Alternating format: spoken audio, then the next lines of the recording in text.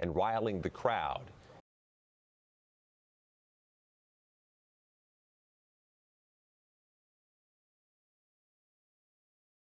I'm sorry. What? 8.65. Let's go.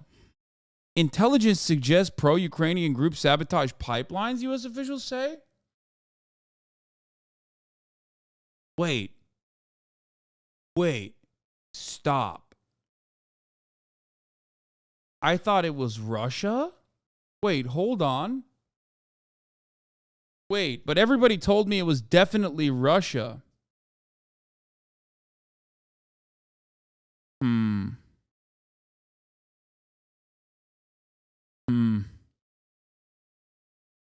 Huh. That's interesting. Dude. Ukrainians could learn a thing or two from how America treats Kurds. Okay? They could. And how disposable U.S. allies are. I don't know why they don't recognize this. That's unique? No, the fuck it's not.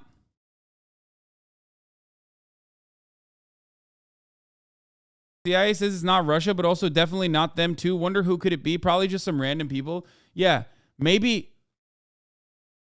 they just, a couple people just took matters in their own hands. So what happened? So when Seymour Hersh was like talking about how, it was definitely the CIA. Everyone was like, oh, he's crazy. He's kooky. He's out of his mind. At least Hersh's scoop forced Langley and its media Muppets to finally come up with a cover story, which hilariously concludes no one really is responsible but some rogue Eastern Slav freelancers totally unconnected to anyone on Team NATO. Interesting, this drops just days after Schultz visited Biden, offers zero details on how these alleged freelancers allegedly carried it out, unlike Hersh's scoop. Reads like Langley is doing damage control via trusted media pets. Yeah, it seems like that because that's absolutely what's going on. Okay? If you are to tell me that a bunch of random motherfuckers were able to blow up pipelines, okay? After the first Gulf War, we literally called on the Iraqi people to rise up against Saddam, and they did, and we watched them get slaughtered. Yeah. A random group of divers, dude, with munitions that they just found somewhere. Who could have given them the munitions? Don't ask that question. No. Don't do that. Come on, man. It's just a bunch of guys, dude. Chill out.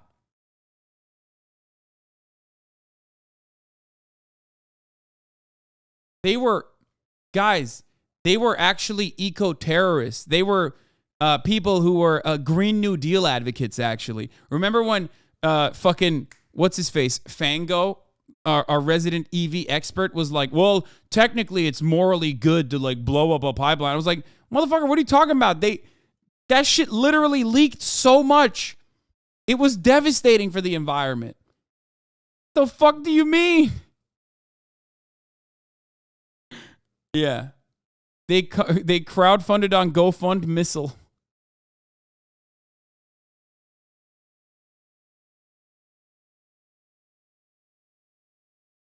Anyway, that's crazy, man. Largest gas leak in human history, by the way. Yeah. By the way, there's nothing more cucked from the German side. There is nothing more cucked. Nothing more cucked than just being like, we don't know who did this. I mean, we just did the investigation and concluded that it was a bunch of Slavs, I think. Very, very nice. I mean, who knows? Who knows who could have done it? It's like, dude, you're done. Like, fascism is coming to Germany, 100%. Motherfuckers are cold as shit. Energy prices are high. And now it's directly going to be pointed at, U.S. and U.S. allies. And the AFD is going to eat this shit up.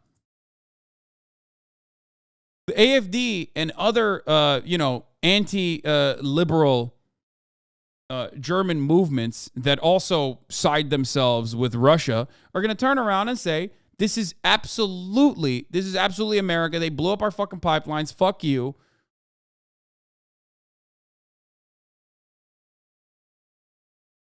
Germany trying to go 0 for 3. Yeah.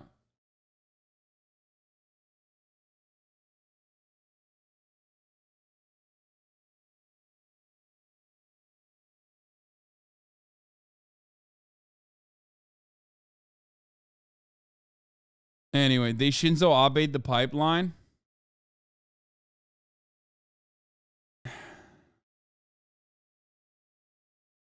Ay. That's crazy. Polish Minister of Foreign Affairs tweeted, "Thank you, USA," after the pipeline sabotage. Yeah, I mean, literally. There's the German, what the fuck? Accept and continue. Zeit Online with the ads. Nord Stream investigations traces lead to the Ukraine. Investigators have identified the boat from which the Nord Stream attacks were carried out. Apparently, it was rented by a company owned by Ukrainians. Very nice. The German investigative authorities have apparently made a breakthrough in solving the attack on the Nord Stream 1 and 2 pipelines. After joint research by the ARD Capital Studio, the ARD political magazine Kontraste, SWR and Zeit, it was possible to largely reconstruct how and when the explosive attack was prepared in the course of the investigation.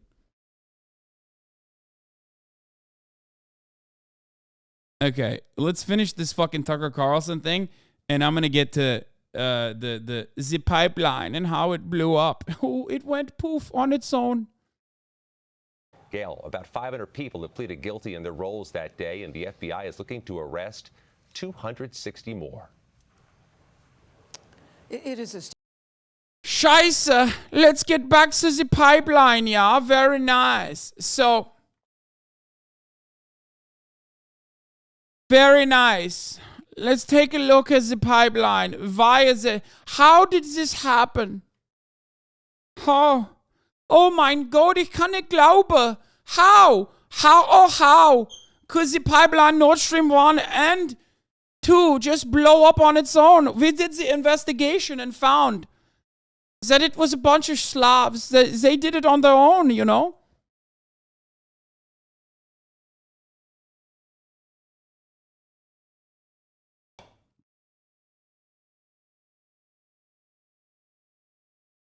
Accordingly, traces led in the direction of Ukraine. However, investigators have not yet found any evidence as to who ordered the destruction. I mean, who could have ordered the destruction? Who could have done this thing, you know? Who could have benefited the most from this kind of destruction? It certainly wasn't the German people, right? I would go so far as to say that it maybe wasn't the Russians either.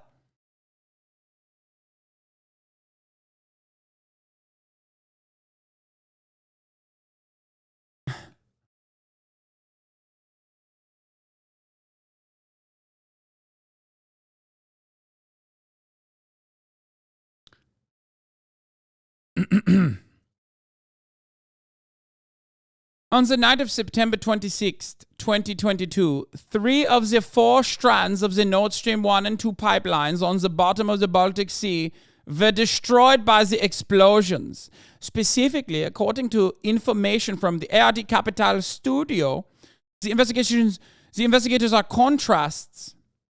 Managed to identify the boat that was allegedly used for the secret operation. It is said to be a yacht rented from a company based in Poland, apparently owned by 2 Ukrainians. According to the investigation, the secret operation at sea was carried by a team of 6 people. It is said to have been 5 men and 1 woman.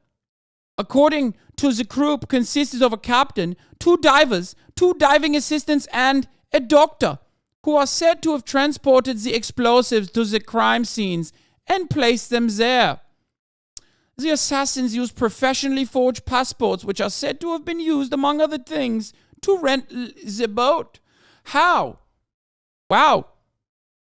Random guys, just Ukrainian nationalists, you know? Very crazy, very nice. I mean, these guys, it seems like they got the training and the capabilities, but You know, it's very, very confusing. I'm Dumkov, you know. I'm very stupid. I'm very stupid. I don't know.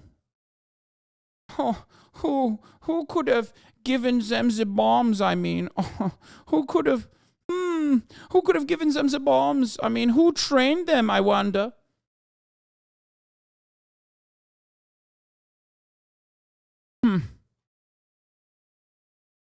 Seems the oil line assassins broke down into ninja squads. Has anyone questioned Konoha yet? Yeah.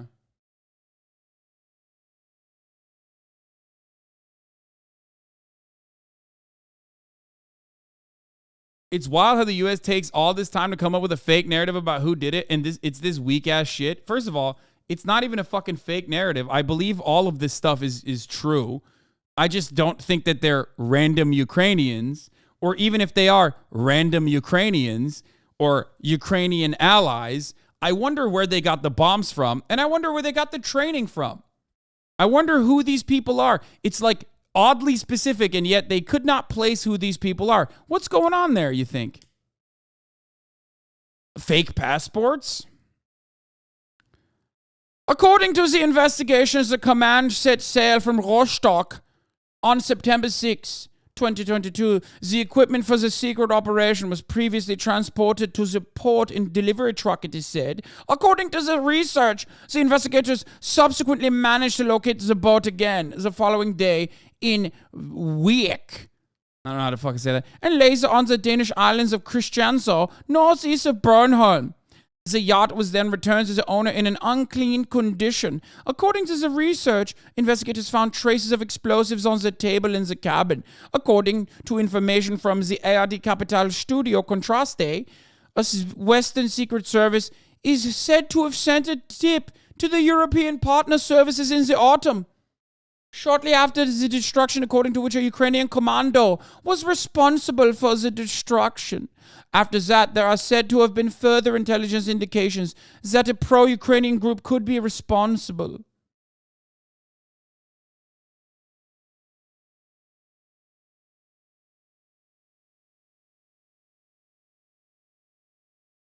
Your friends aren't insanely into deep-sea demolitions and sabotage? Find a new circle. Get uncomfortable. You won't grow like this, dog. Gotta grind harder. Yeah.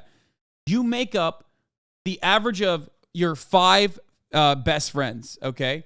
I'll tell you what. You are the average of the 5 closest homies you have.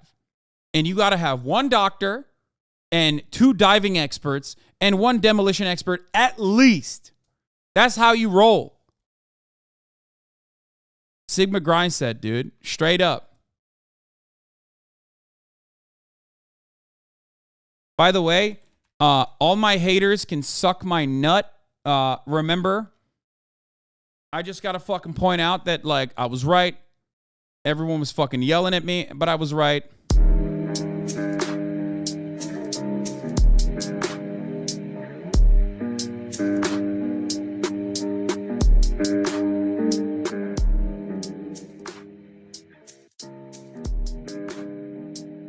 Remember, I was right. I was always right.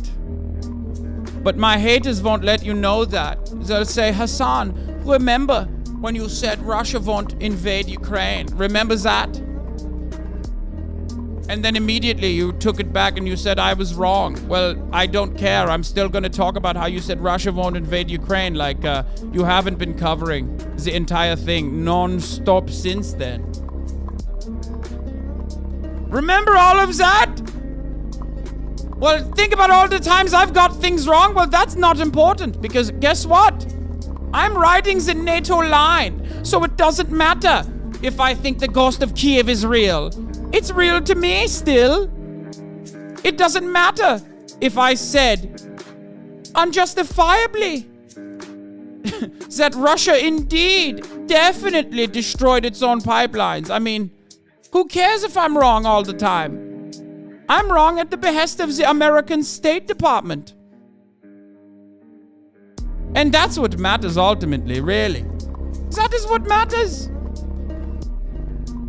And if I'm wrong all the time, As long as I'm towing the bottom line of the American State Department, then it doesn't matter.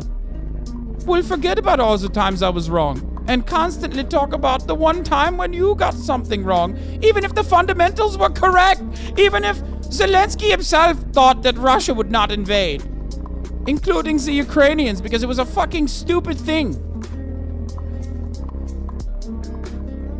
Anyway, okay. Germany is so cucked by America, it shouldn't even count as Europe. Excuse me. There is nothing more Europe than being cucked by America.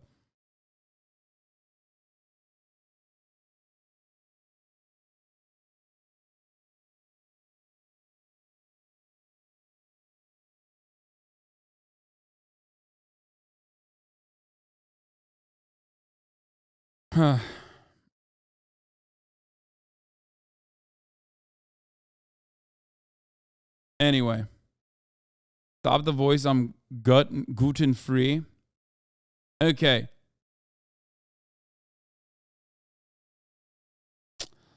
Even if traces led to Ukraine, the investigators have not yet been able to find out who commissioned the suspected group of perpetrators. I mean, I'm sure this will go away. And if they don't go away, I wonder, I mean, they'll just find a fall guy. Who cares? There's plenty of fucking people that you can point the finger at. If international security circles, it is not ruled out that this is also a false flag operation. This means that traces could have also been deliberately laid out to point to Ukraine as the culprit. However, the investigators have apparently found no evidence that confirms such a scenario. The Ukrainian government could not initially be reached for comment. The Attorney General also declined the comment. A German government spokesman referred to the ongoing investigation by the Attorney General as the authorities in Sweden and Denmark. Only a few days ago, Sweden, Denmark, and Germany informed the United Nations Security Council that the investigations are ongoing and that there are still no results, said the government spokesman. The Ukrainian President Advisor Mikhail Podolyak said in a statement to the ARD Capital Studio, Of course, Ukraine, had nothing to do with the attacks on Nord Stream 2. There is no confirmation that Ukrainian officials or the military took part in this operation or that people were dispatched to act on their behalf. It is conceivable that Russia is behind it. There are a lot more motives and a lot more uses in this scenario, Podolyak said. Yeah, totally.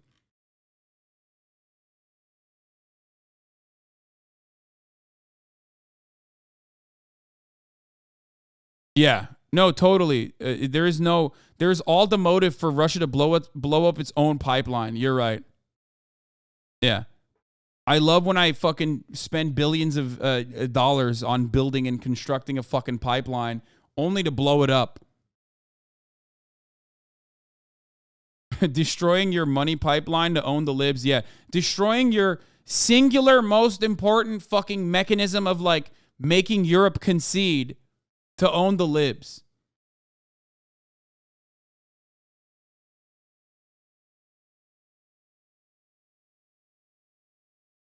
What is this?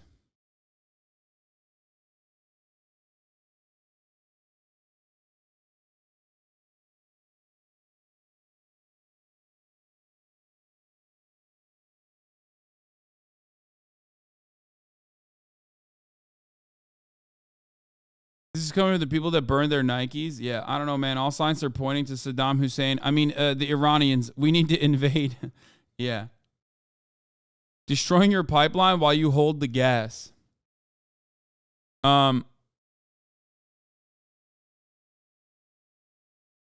Anyway, intelligence suggests pro-Ukrainian groups sabotage the pipelines, U.S. officials say.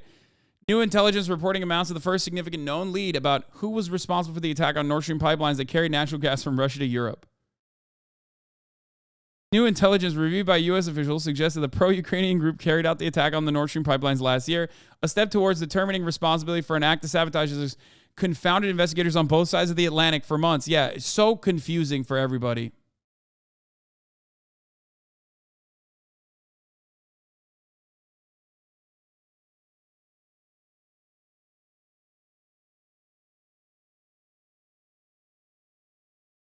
Can we read Seymour Hersh now?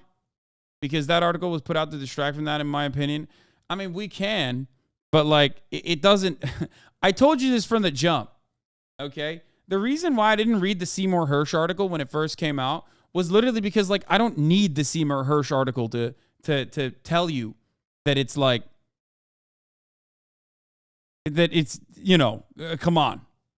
I said it when it happened, and people yelled at me and said, dude, what the fuck? How dare you? How dare you say that? It made no sense to me, but I had to fucking sit there and concede because liberals in the chat were like, well, you were wrong about Russia invading Ukraine, which is like what they hold on to every day. Why would Ukraine not take full responsibility right away if they were them that did it? Are you kidding me? Why the fuck would they openly admit that they blew up the pipeline when that would destroy, like, it's significantly more contentious to like give weapons to Ukraine and eat the cost of like being in political turmoil with Russia, where in the eyes of like random European citizens. It's literally the pipeline that's keeping the European Union warm. You're destroying civilian infrastructure of your allies. Do you think that is a good thing to openly admit? Are you crazy? Let's be real, man. It was the U.S. They did it with the bridge. Yeah, I know they did it with the bridge, which is literally also something that the United States government thought was fucking unacceptable. When I said the bridge blowing up is terrorism in the same variety that like Russia fucking constantly blowing up power pipeline, their power infrastructure, a lot of liberals yelled at me. They made videos about it. I didn't even cover it, so I don't give a shit. I don't fucking care. Suck my dick. Okay? It was true.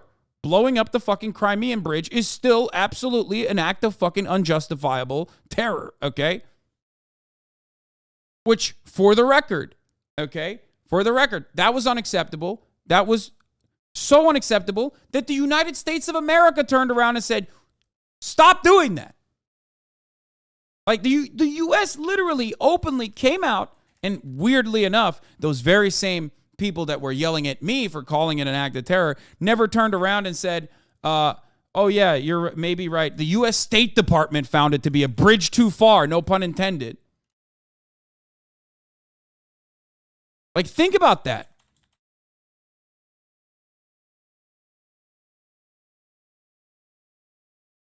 Look, here.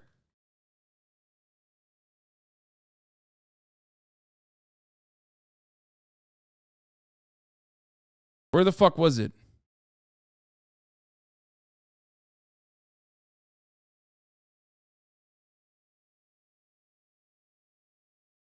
They were also writing those points to discredit Hasan and Ukrainians' blood, where Hasan moved on from it instantly and focused on people in Ukraine, not petty internet squabbles. Yeah, I know. They're just fucking insane. They just think it's an own. Who cares? It doesn't matter.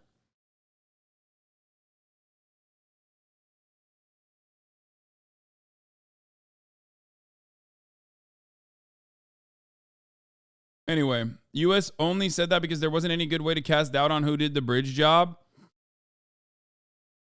So the U.S. found blowing up a bridge unacceptable, but is okay with blowing up key energy infrastructure major allies depend on. Yeah, it doesn't matter. The United States doesn't give a shit about either of those things. Come on, dude. It's about the politics of those things, though.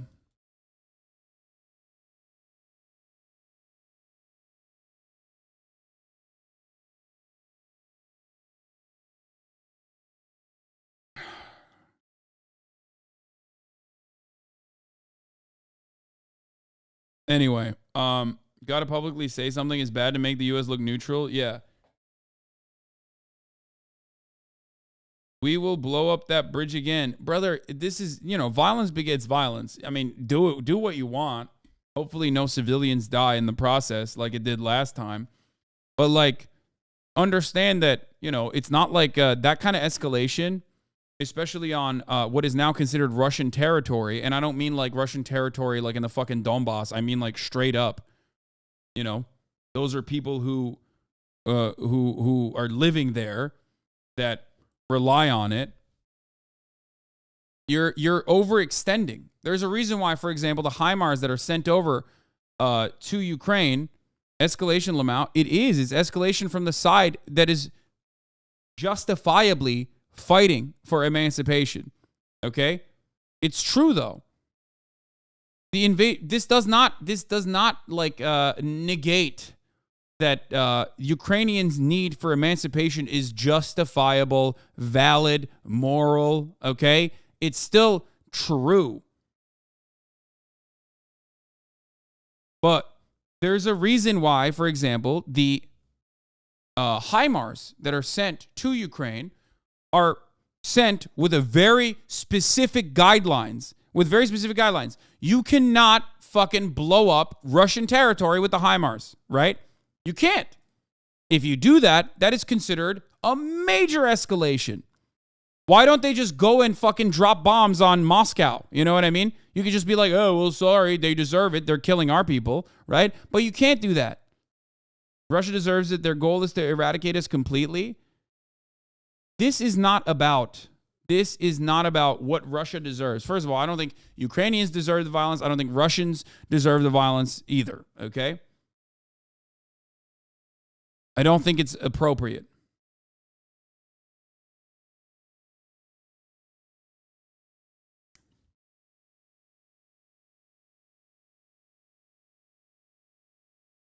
I don't think you can only blow up Ukrainian territory. My main point here is always to stop the violence. I don't want the violence to continue. Great idea, actually. They should bomb Moscow. Yeah, go ahead, man. I don't know what to tell you. Just go, think that it's appropriate. You know, drop bombs on Moscow. See what happens, I guess. Doesn't matter, especially if you're in Ukraine. Like, you motherfuckers act like this shit's a video game. There's people dying, dude.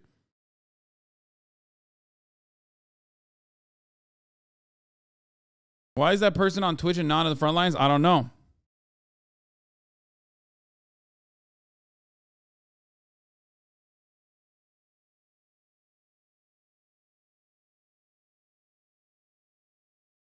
Like, people make it seem like this is so open and shut. This is so clear cut. It's like, fuck it, YOLO. And most of those people live in America, so they have the capacity to say fuck it, YOLO. You know, a lot of nukes are not maybe reaching your way.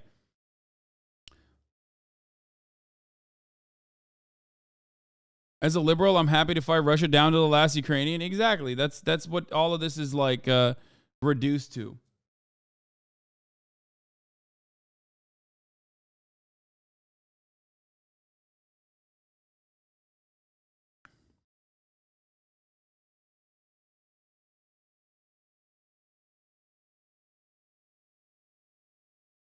If Ukraine drops munitions onto Moscow, the Russian government will not hesitate to level Ukrainian cities to ash as a retaliation. And yes, we're not talking about fucking eastern Ukrainian territory. We're talking about western Ukrainian territory as retaliation. My uncle is in Dnipro, and I'm terrified at this potential to escalate. Yeah.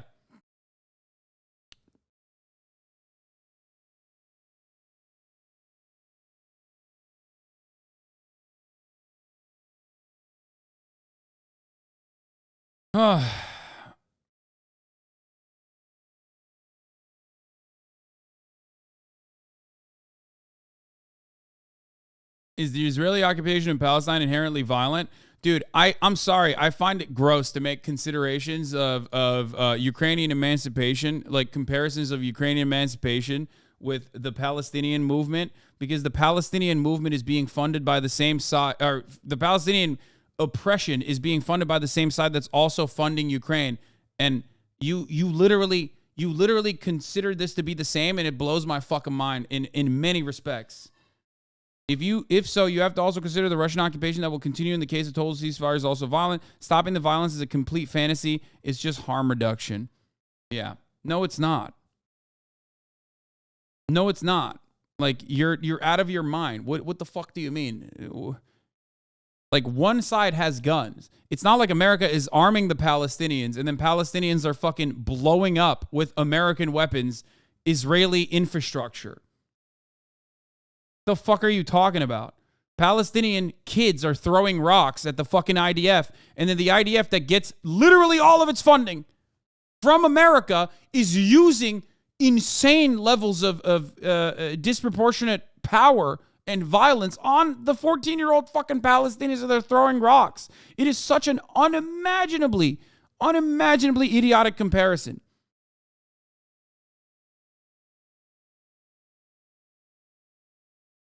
And then come the takes where people say, level Ukrainian cities down to what exactly, Law? They're running out of ammo really fast. Yeah, totally. Sure. It doesn't matter. They have fucking nukes, man. They have mini nukes. Remember, the United States State Department came out and said, oh, if Russia uses a nuke, it'll be a tactical nuke. It'll be a baby nuke. It'll be a mini nuke. If you think that that wasn't gearing up for potential nuclear weapons being used and America saying that they would not retaliate, I don't know what the fucking tell you. I've seen this song and dance a million times over. America doesn't give a shit about you. They care about selling weapons, okay? They care about selling weapons of war. You can play Armchair General all day. You can play fucking Armchair General from Iowa, wherever the fuck you're standing. You watch all the fucking war porn and all the combat footage and jerk off to it and go, oh man, it's so sick. It's so sick. It's so great. It's so funny. Oh yeah.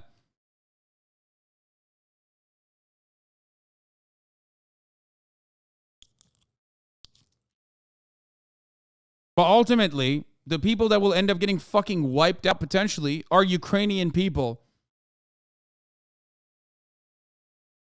This does not mean that that usage is justifiable in any meaningful capacity. It is not justifiable to invade a country. Russia's actions have never been justifiable. They have been unjustifiable, inhumane, brutal from the jump. Make no mistake.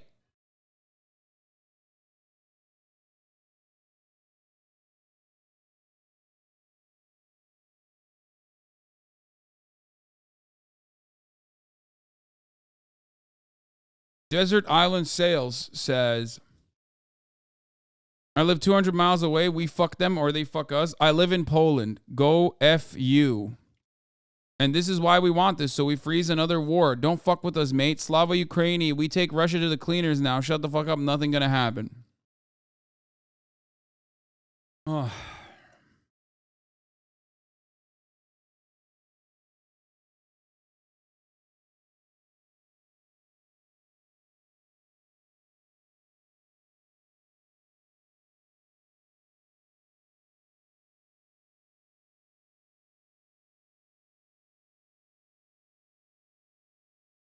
It is pretty funny when, Polish people say Slava Ukraini, but we won't get into the history of that.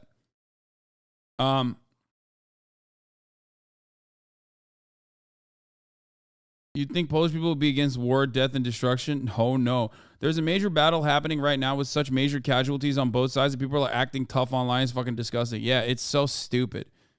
It's so immensely stupid, incredibly cruel, incredibly fucking stupid. I don't know. I hate it. I hate it so fucking much. But, hey, there you go. I was right once again. The Ukrainian government cannot be reached for comment. We talked about it. Look, originally Seymour Butts, also known as Seymour Hersh, wrote this article, How America Took Out the Nord Stream Pipeline. The New York Times called it a mystery, but the United States executed covert sea operation that was kept secret until now. Okay? Hold on. The U.S. Navy's diving and salvage center can be found in a location as obscure as its name, down what was once a country lane in rural Panama City, a now booming resort city in the southwestern panhandle of Florida, 70 miles south of the Alabama border. Center's complex is nondescript.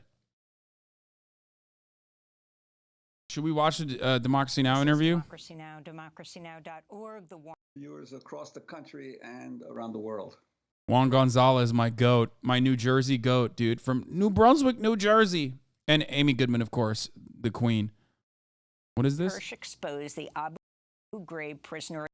Oh, here. I won't show you. Activists during the Vietnam news service on the My Lai.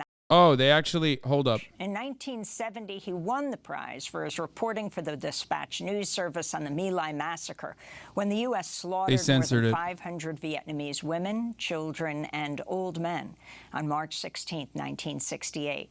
His reporting in the New York Times on CIA spying on anti-war activists during the Vietnam War era helped lead to the formation of the Church Committee, which led to major reforms of the intelligence community.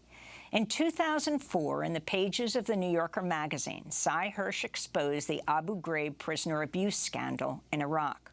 Well, last week, he published another bombshell report, but this time on his new Substack page. The piece was headlined, "How America Took Out the Nord Stream Pipeline." It looks at one I know Juan Gonzalez moved out of New Brunswick and is in Chicago now. Yes, I know. Great mysteries of the past year. Who is behind the bombing of the Nord Stream pipeline? Amy Goodman is a fraud. She has no feet to stand on for smearing Julian Assange with neocon lies. I love you. I love you, Amelia09. Like, literally, probably one of the most fucking important left-wing journalists in the United States of America, who has been consistent, like a lifetime of doing this, pretty much, who's been like attacked by attack dogs as recently as during the water defenders protesting against the DAPL pipeline.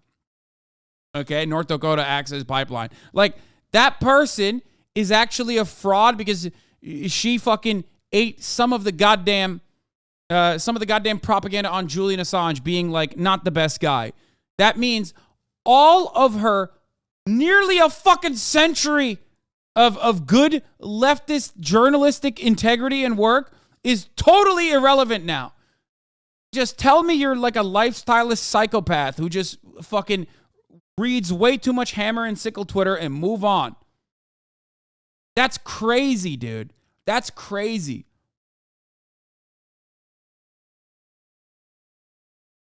That's insane. Bro, you cannot shit on Amy Goodman. Not on my fucking watch, okay? Get the fuck out of here.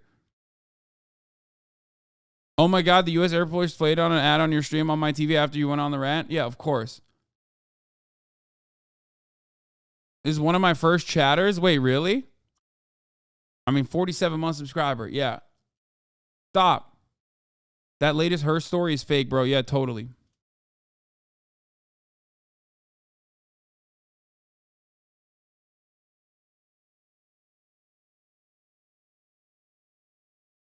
Did she shit on Assange?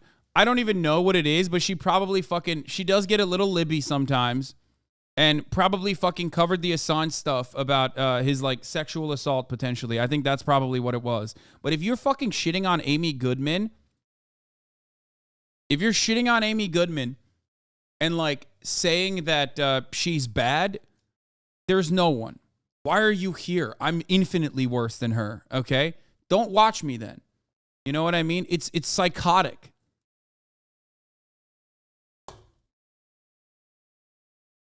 And also, you probably have never seen all the other coverage that she has done on Democracy Now!, including like demanding that they drop the charges against Julian Assange, but you never saw that because you probably watched Jimmy Dore or some other fucking dumbass. Okay? And then some other fucking dumbass probably said Amy Goodman is a fraud and a CIA asset or some shit. Like, you know, some dumbass idiot told you that, and then you literally dropped Democracy Now! Like, it's disgusting. Have a little bit better media literacy. You oftentimes succumb to people who consider themselves to be independent, contrarian thinkers. Gray Zone Watcher, Keck W, what do you mean? Half a fucking Gray Zone has been on Democracy Now! What are you guys talking about? Except for like the really dumb ones. Stop.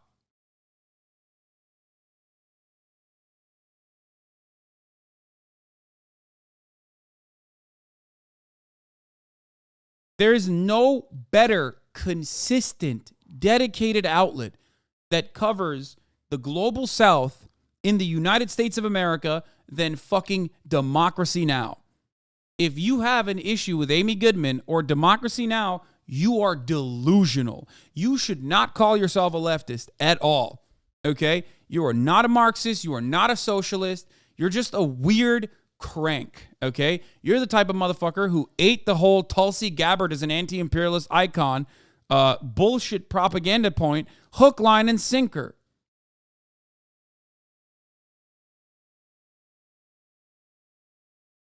Hasan, please, you have no idea what you're talking about. I promise you, you'll see she had a bad take if you look at what she said. Dude, I don't care. I don't care. I don't care. I don't care if she had one fucking bad take. I haven't even seen it. Like, I haven't even seen what you claim she said. But I can guess, I can assume that it's most likely that she probably was like, oh yeah, Julian Assange is a sex pest or something. She like most likely mentioned that.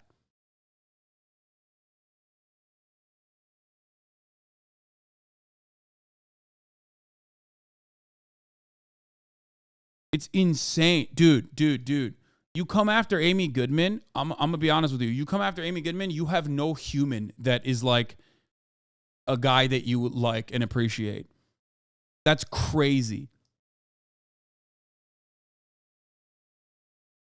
That's actually crazy. Like, it's blowing my mind, dude. What the fuck?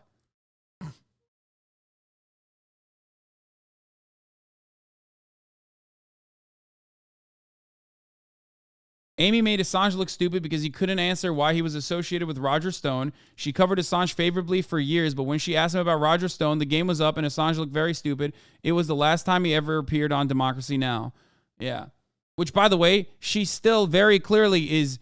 You can think that Julian Assange is a fucking idiot. You can think that Julian Assange absolutely was one-sided in the whole, like, Clinton versus Trump saga, okay, for his understandable hatred towards Clinton and the Democratic Party, but also simultaneously advocate that he should be released, and it's fucking unimaginably insane that America and American State Department operatives openly fantasized about murdering him. Like, literally talked about that. That's not at all what happened. She blamed him for Russiagate, not Roger Stone. If she talked about Russiagate, okay, and Julian Assange, and I don't know exactly what she said, even if it's one bad take, it's fucking ridiculous. But also, even if it's more than even if it's like a conversation about Russiagate and Julian Assange, is probably the only truthful part about Russia's involvement and influence on U.S. elections.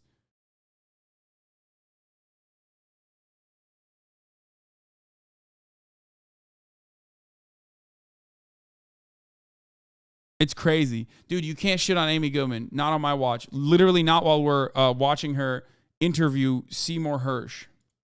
Which were built to carry natural gas from Russia to Europe. The pipelines were severely damaged last September in a series of underwater explosions in the Baltic Sea. National treasure that must be In his new piece, Sy Hersh cites an unnamed source who says the sabotage was carried out by the U.S. Navy, which planted remotely triggered explosives during NATO exercises I gotta fucking last fire September. up my chicken. Hersh reports the Biden administration began planning the act of sabotage in December 2021, 2 months before Russia's invasion of Ukraine. On February 7th, 2022, President Biden held a joint news conference with German Chancellor Olaf Scholz, and Biden brought up the future of the Nord Stream pipeline. Invades. That means tanks or troops crossing the border of Ukraine again. Then there will be no longer a Nord Stream 2. We will bring an end to it. How will you do that exactly, since the project and control of the project is within Germany's control? We will, I promise you we'll be able to do it. I'll promise you we'll be able to do that. Well, Sy Hersh reports U.S. Navy divers planted remotely triggered explosives on the pipelines in June while NATO was conducting military exercises in the area. He reports the divers were all members of the Navy and not members of America's Special Operations Command, whose covert operations must be reported to Congress. Then, on September 25th, 2022, a Norwegian surveillance plane dropped a sonar buoy, which triggered the C4 explosives that had been placed on the pipeline. Soon after the explosion, the United States strongly suggested Russia was behind blowing up its own pipeline. This is National Security Advisor Jake Sullivan responding to a question at a White House press briefing. In his speech this morning, the president... Just a real whodunit, you know what I mean? A real, who could have done something like this? I mean, who... I don't know. That's crazy. What the fuck? Wow. I mean, what? No.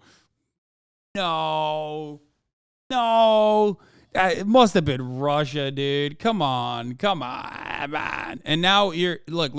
One of the things that people will do, okay, whenever we talk about like Seymour Hersh or Noam Chomsky or anyone that does not fall in line with State Department propaganda where it matters the most, they will take bad takes that they have or takes that are like not agreeable, and they will constantly batter you in the fucking head with it. Okay? Immediately. I already see it. Look. Prospect Magazine. Whatever happened to Seymour Hersh? The strange story of how a legendary investigative journalist came to echo Assad's propaganda. They're doing it already. They do it with me. And I'm not in any way as meaningful as like a reporter or a journalist at all. Watch. Immediately, they're like, oh, Hasan is a Russia defender. He loves Russia. He loves sucking Vladimir Putin's cock, dude. It's like people do it for free, which is mind-boggling. You are not being paid by the State Department. Why are you doing propaganda for them?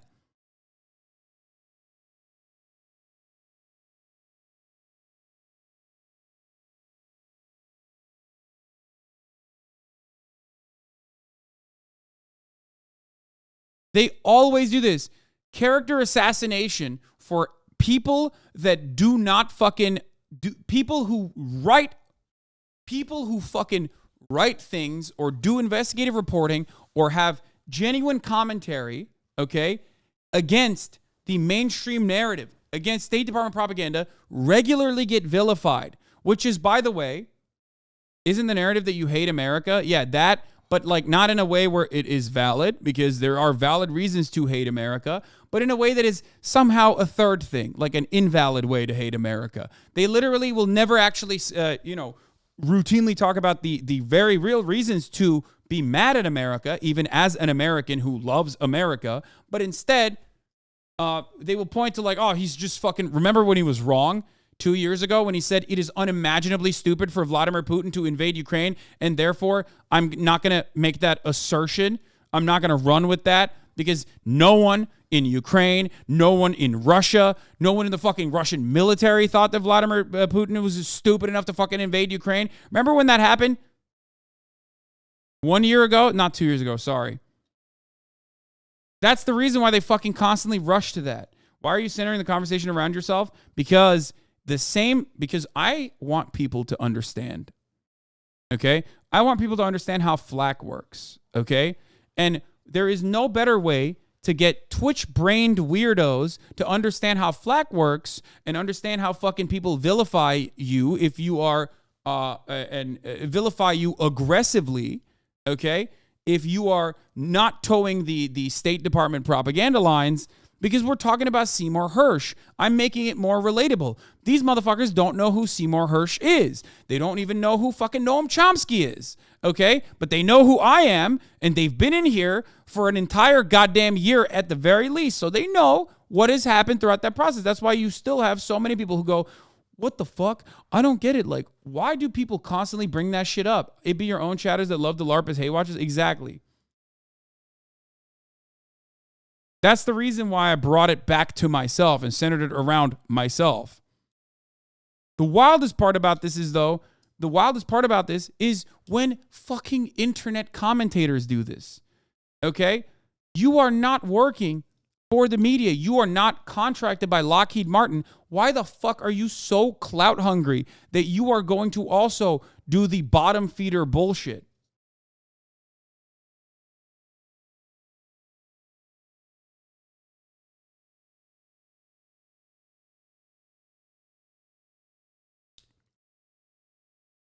You're doing it for free. You're not on the payroll. Called the Nord Stream pipeline attacks. quote, a deliberate act of sabotage. And he said now the Russians are pumping out misinformation and lies about it. Should we take that to mean that the U.S. now believes that Russia was likely responsible for this act of sabotage? Well, first, Russia has done what it frequently does when it is responsible for something, which is make accusations that it was really someone else who did it. Maybe people just don't like imperialism. What are you talking about? That's a crazy take. We've seen this repeatedly. Of course, people don't like imperialism. But the president was also. But people do like American imperialism. That's the point. Clear today that there is more work to do on the investigation before the United States government is prepared to make an attribution in this case. In the following months, there have been few public disclosures about the pipeline explosion. In December, the New York Times reported Russia had begun expensive repairs on the pipelines, a move which has raised questions about Western claims that Russia had bombed its own pipelines. Meanwhile, some Biden officials have publicly praised the fact that the pipeline was blown up. This is Undersecretary of State for Political Affairs Victoria Nuland speaking during a recent Senate Foreign Relations Committee hearing. I am, and I think the administration is very gratified to know that Nord Stream 2 is now, as you like to say, a hunk of metal at the bottom of the sea. We're joined now by Pulitzer Prize-winning journalist Seymour Hersh to talk more about his new piece, How America Took Out the Nord Stream Pipeline. While the White House has described Hersh's reporting as, quote, complete fiction, calls are growing for an independent probe into the explosion. Cy Hersh, welcome back to Democracy Now! If you can flesh out what it is you found in your report and what first tipped you off, albeit there were a lot of public comments, including the Polish government right after the bombing saying, thank you, America. Lay it out for us, Cy. Well, first of all, I think the reporting really can be described as a friend of mine did. What I did was really deconstruct the obvious. I mean, you have to hear what the president said. But of course, there were secret plans that I'm writing about, and they include. There was a committee set up. Jake Sullivan was directly involved. He was the national security advisor, still is. They set up a team to look at options about how to put pressure on the Russian government to back off. I'm getting a bounce in my ears, so this is comical. Can you hear me? We hear you perfectly. We don't hear the bounce, Cy. Oh, okay, that's great. I hear it though. Anyway, and so there was I'm just writing about inside baseball stuff. It's the normal things you do. They set up a. I mean, it sounds like Hasan's take. It was obvious. It is. It is obvious. It was so. I mean, it's insane. Like I felt like people were going crazy, but I haven't stopped feeling that way since Russia did do a crazy thing. Okay? But people literally do fucking constantly bring that up. And they say, well, Vladimir Putin is crazy. He was crazy enough to invade Ukraine. So maybe he's crazy enough to blow up his own pipeline. I'm like, come on, bro. That's insane. Like, you got motherfuckers openly saying, Russia, if you invade Ukraine, we're going to blow up the pipeline. And it doesn't matter. It's like, nah, Russia did it to themselves. And people believed it.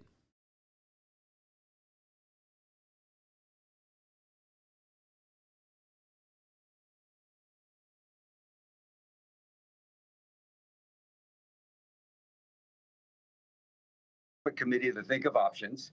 Russia was clearly going to go. The threat the president had yet to make had not been made, and this is December before New Year's Day of the year before, 2021. And the question inside the committee, and it included the usual CIA, NSA, Treasury Department, State Department, you name it, and they met in a secret office building in the across the street from the White House, in the executive office building. The option was, do you want us to do something kinetic or something not kinetic? In other words, not kinetic would be more sanctions, or something kinetic would be, taking out the pipeline, as had been thought about. And an answer came pretty quickly. I would guess Victoria Nuland's statement that you mentioned came actually before the president's. It came in late January. of last year. And that statement came, at that time, I think the committee involved, a lot of sophisticated people in the intelligence and operation community, concluded you could do it, and the White House was told it was possible. I think that led to the comments, which really, of course, made the people on the inside go half crazy because it was supposed to be completely covert. But at that place, as I wrote, it was simply described as a classified operation. None of the rules of reporting to Congress were involved. And so they began their planning. They went to Norway, which is a great ally of ours. Norway was one of the original signers of the 1949 NATO treaty. I think 19 nations were involved then. And Norway is a great ally. We have spent, I write about this in some detail in the article, hundreds of millions, probably more, closer to $1 billion or more, upgrading facilities. Norway has a 1,400-mile border along the Atlantic coast that goes from Oslo and in Europe. Bro, y'all are being a little fucking ridiculous. Saying he's boring. This man has done, like, he uncovered the My Lai massacre, dude. What are you, like, that's insane, bro. Like, just, you know, know your place a little bit, TikTok brain fucking weirdos. Abu Ghraib too, yeah, like, this guy is, oh, God, it's so sad, bro. Yes, he's a journalist. I'm the one who's supposed to make it interesting. Yes, My Lai, Watergate. I'm the one who's supposed to make it interesting, but I can't right now because I'm eating. Okay, so that's the problem. All the way up north it runs into the Russian border in above the Arctic Circle. So we put a lot of facilities up north there. Synthetic aperture radar, which costs a fortune to monitor the Russian nuclear sites around, and also their military activities around there, up in the other side of the peninsula, in the Kola Peninsula. So they're just our guys, and they're also great at doing underwater stuff. And so that's what happened. We did a plan with them. We had to clear it with Sweden and Denmark. I'll leave it to them to decide whether that they were accepted the explanation we were doing exercises in the Baltic Sea for the hell of it. But so far, I haven't seen much from either of them. And, you know, it's a tiresome game to me. And so what happens is when I do my story on Substack, I wouldn't even think, I'm embarrassed to say it after all those wonderful years I had at the New York Times, I wouldn't even think of taking a story like this to the New York Times. They've decided that the Ukraine war is going to be won by Ukraine, and that's what its readers get, and so be it. That's their call. So I just did my reporting, and the miners came from a very facility in a little small town in Florida, and the mining community in the Navy is very secret, and they just do their business. They don't talk. There was perfect people to get, and they practiced it. And as you said, there was a major exercise every summer by the Sixth Fleet, which American Sixth Fleet out of Italy, which also has the operational rights in the Baltic Sea. Baltic Sea is a huge place. The pipelines we're talking about. Sounds like a Russian asset. He sounds biased. You have been trained into saying that every single time someone brings things up. You have been trained into saying that. Everyone is biased.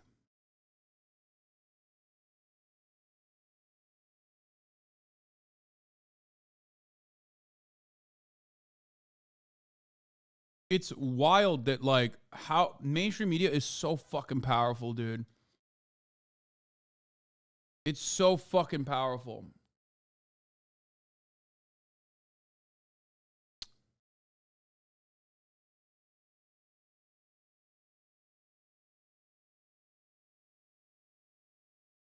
Like, anytime something is like even tangibly coming across like anti-Ukraine, people go, "Oh, dude, it's over. This guy is doing Russian propaganda."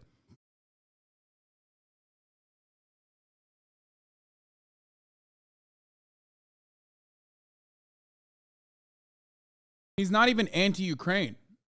for the record. If anything, he's more pro-Ukraine than the New York Times is, because he said it was America that is responsible for this. The New York Times turned around and said, nope, never mind. It's actually Ukraine that's responsible for this. So suck my dick. He's just pro-truth.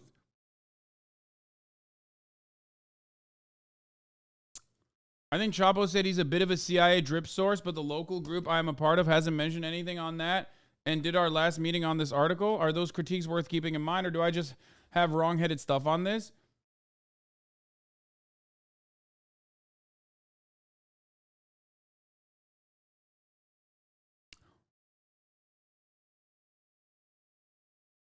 I don't know if I don't know if he is a drip source for CIA. I don't know enough.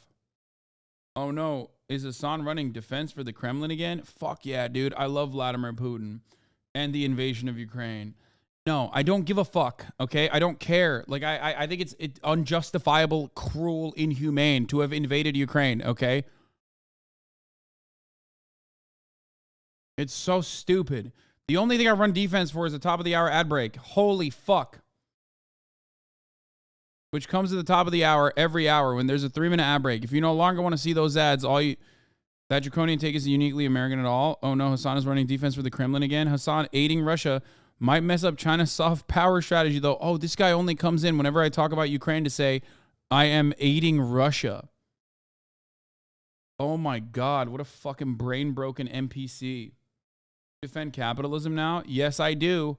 I love capitalism. The fact that every minor criticism of Ukraine, you have to lead with a 5-minute talk about how you don't talk about how you don't support the Ukrainian invasion. Yes, I have to do that. Because, Hasan is just an appeasement Andy. No, I'm an O'Warman Andy, okay? Yeah, no, you're an O'Warman Andy in a nuclear state. I love people who fucking have this like ahistoric, idiotic fucking analysis and go, appeasement. What you're doing is appeasement, just like with Nazi Germany. Hey, dumbass.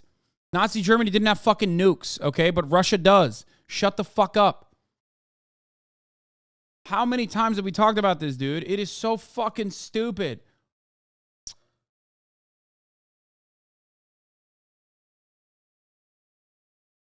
War pig libs chirping. I know. I hate it. I hate it so much. It's just so hard. It's part of the reason why I don't fucking talk about this shit at all anymore. Because, like, liberals make it unbearable and impossible to cover this story without, like, you know, routinely getting me to fucking respond a million times over to the same shit that they consider to be controversies because their fucking YouTube essayist, favorite commentator told them the exact same shit that the MSNBC is telling them. So now they have, like, the tools to fight back against it.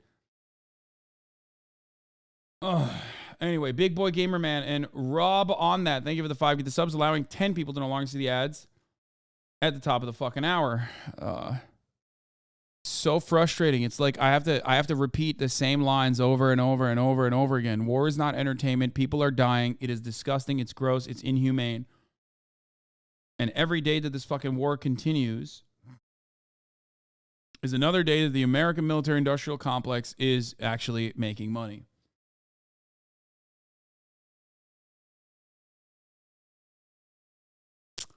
How can they be bleeding heart libs for Ukraine, but then think Ukraine blew up a pipeline harming EU citizens, which make them look fucking crazy? That's so harmful to Ukraine.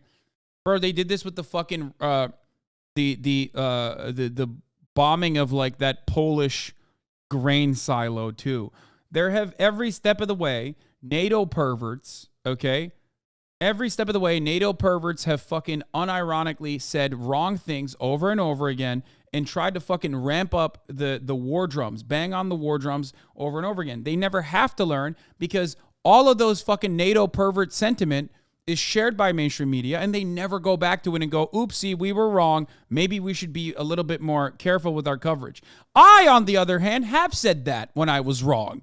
Okay? When I said that it's fucking insanely idiotic for Russia to invade Ukraine, this is a country of 44 million people whose like entire nationalist movement is built off of like anti-Russian resentment, that would be psychotic to fucking invade, especially when you're not even America, you're not the American superpower, okay? And even America would not be able to do something like that. they still fucking hyper focus on the when I said Russia will not invade Ukraine.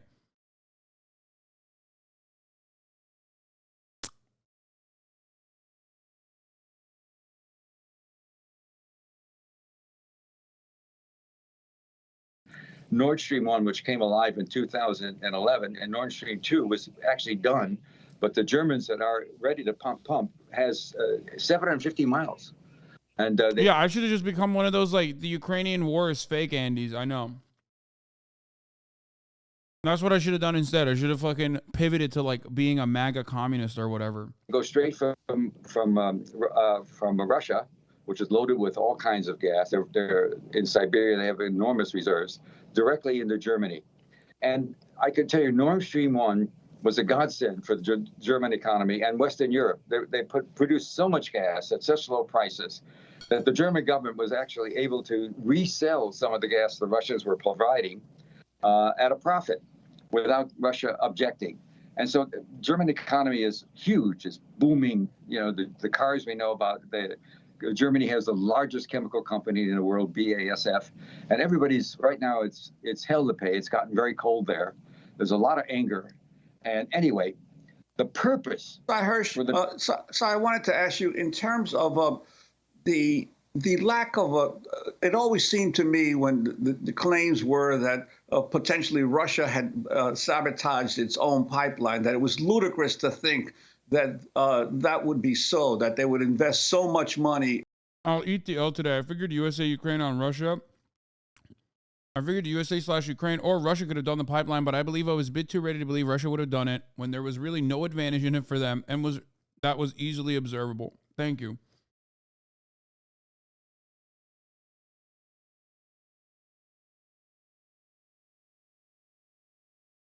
In pipelines and then bomb them themselves. But I'm interested in the lack of press attention since the sabotage occurred, and also the lack of congressional attention. I think back to the CIA's mind. We celebrate that kind of take back here. We consider that to be growth. We don't consider that to be backtracking because we're not fucking brain broken debate perverts. Okay? That is something that I will always fucking value, okay? People that go, you know what? Honestly, I was wrong on this, and I recognize that now. Whereas my interlocutors, my fucking psychopathic haters, do not see it that way. When you make a concession, or when you turn around and accept that you were wrong on something and apologize, not only do they bully you and bash you in the head with the fucking prior thing that you had said before the recognition, and then they make fun of you for even recognizing it. So there is no winning in the eyes of those psychopathic people. They just go harder. One of the greatest examples of this was when Dudu Daff came out and apologized for, like, writing no purpose flower in her own chat when they were going through anti-white slurs. What happened when she did that? She never had to apologize for it to begin with. But when she did that, those fucking pathetic, absolute vermin turned around and only reignited that fucking conversation one more time and shit on her.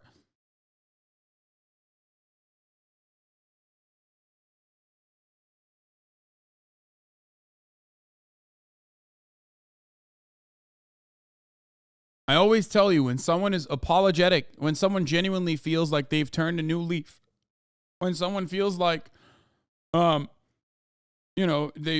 got new information and recognize that they were wrong originally, you should respect that. You should be understanding and welcoming to that.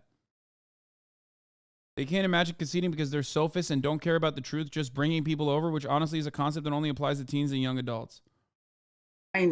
Of the Managua harbors back in the early 1980s under the Reagan administration, when the conservative Republican head of the Senate Intelligence Committee, Barry Goldwater, objected and raised concerns that this was a covert operation where Congress was not notified. And then, of course, Congress cut off aid to the Contras. As a result, there was an International Court of Justice ruling against the United States. But in this case, this kind of sabotage The media seems not to be at all interested in finding out what happened here, as you have, and Congress. There's no one in Congress that's been raising questions. You listened to the newscast that we just heard as the show opened.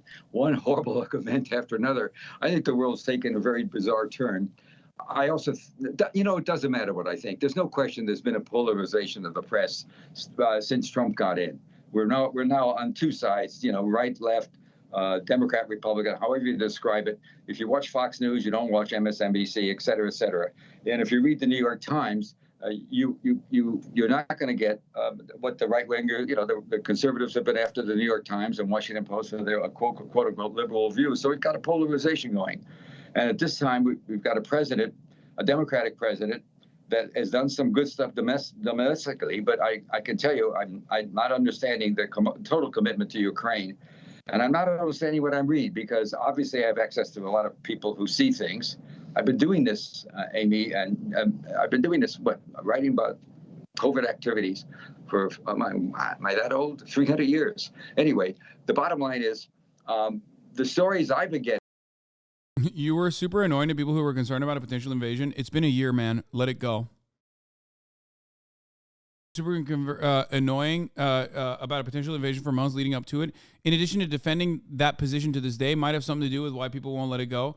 No, I'm sorry, okay, are like literally mentally ill. Like, you have a mental illness, and I think you probably need medication for it, or at the very least therapy. If you are still bringing up a point that I was mean about, what my analysis of the situation was, which I apologize for a year ago, and while simultaneously claiming that I think an invasion was good and just, when I've never said that. And it's been an entire year, and you're still trying to moralize the hatred that you feel in your heart. And that's okay. I mean, it's not okay for you, but you need to understand, you literally are trying to fucking moralize that hatred that you have because of something that I will never be able to understand.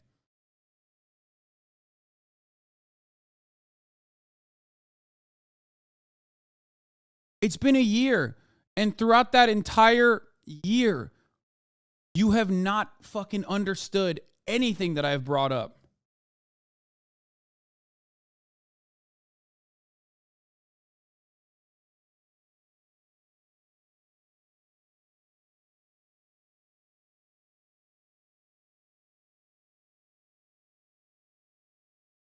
It's funny that you're bringing this up, because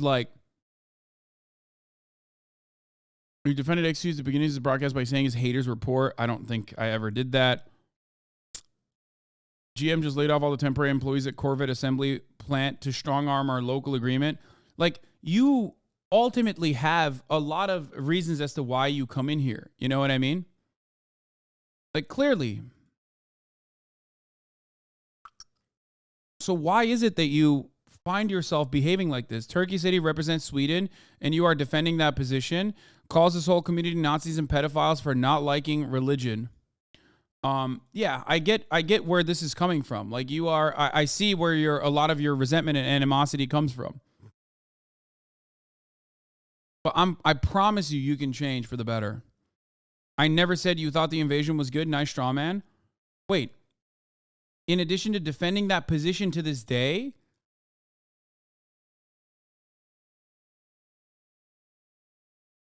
okay. Once again, you are not only I was talking about your justification for your take. Well, my justifications for my take are correct, and they literally live in existence. You can just watch what's going on with Russia and recognize that it's true. The beautiful part about this take is that, it is defensible because you're watching it happen. And even if you're a NATO pervert, you can still turn around and be like, yeah, I mean, that part is true.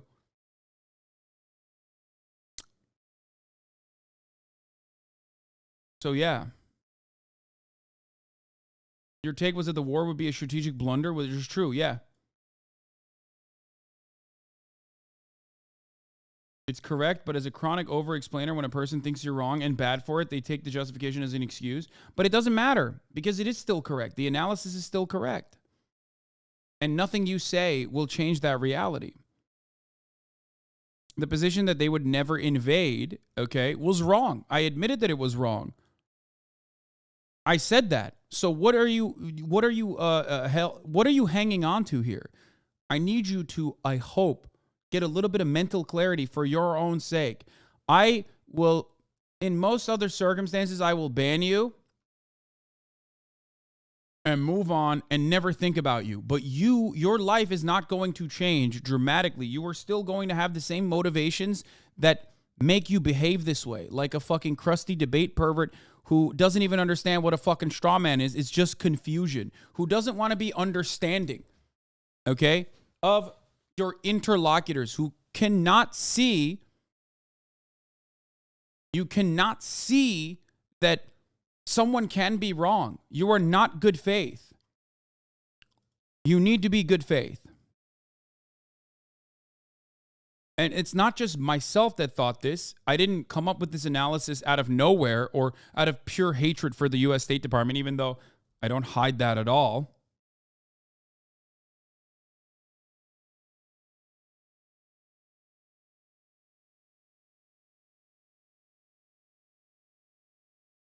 Believing Seymour's proof, who blew up the Nord Stream, and not believing... I don't care about Seymour's proof. I never even read it on purpose on this broadcast. I don't care.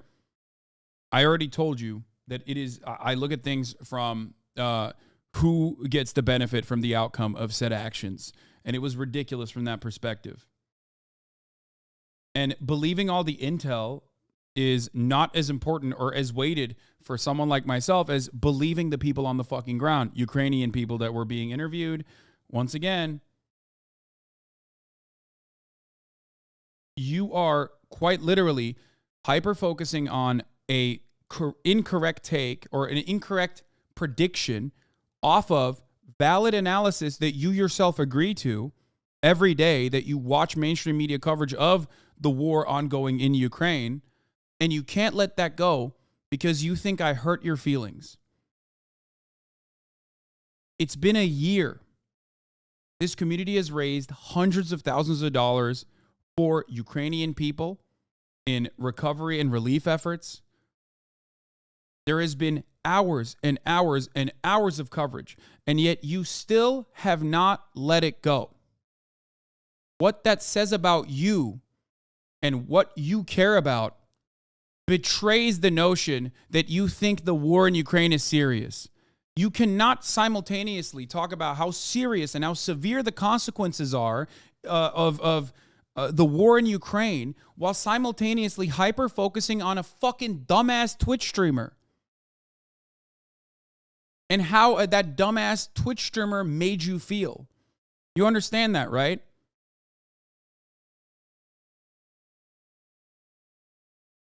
So yeah, it's like saying the worst thing about the war in Ukraine is that Hasan had a bad take one time, literally.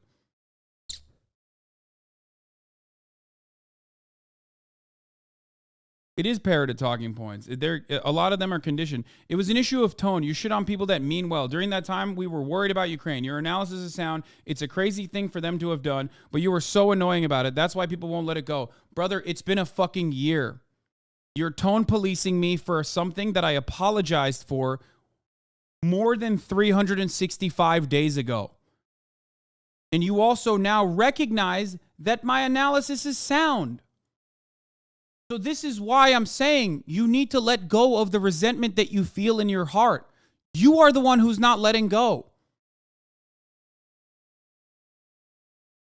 Please, you seem like an otherwise normal person with, like, you know, a little bit of maybe Islamophobia, which we won't get into right now.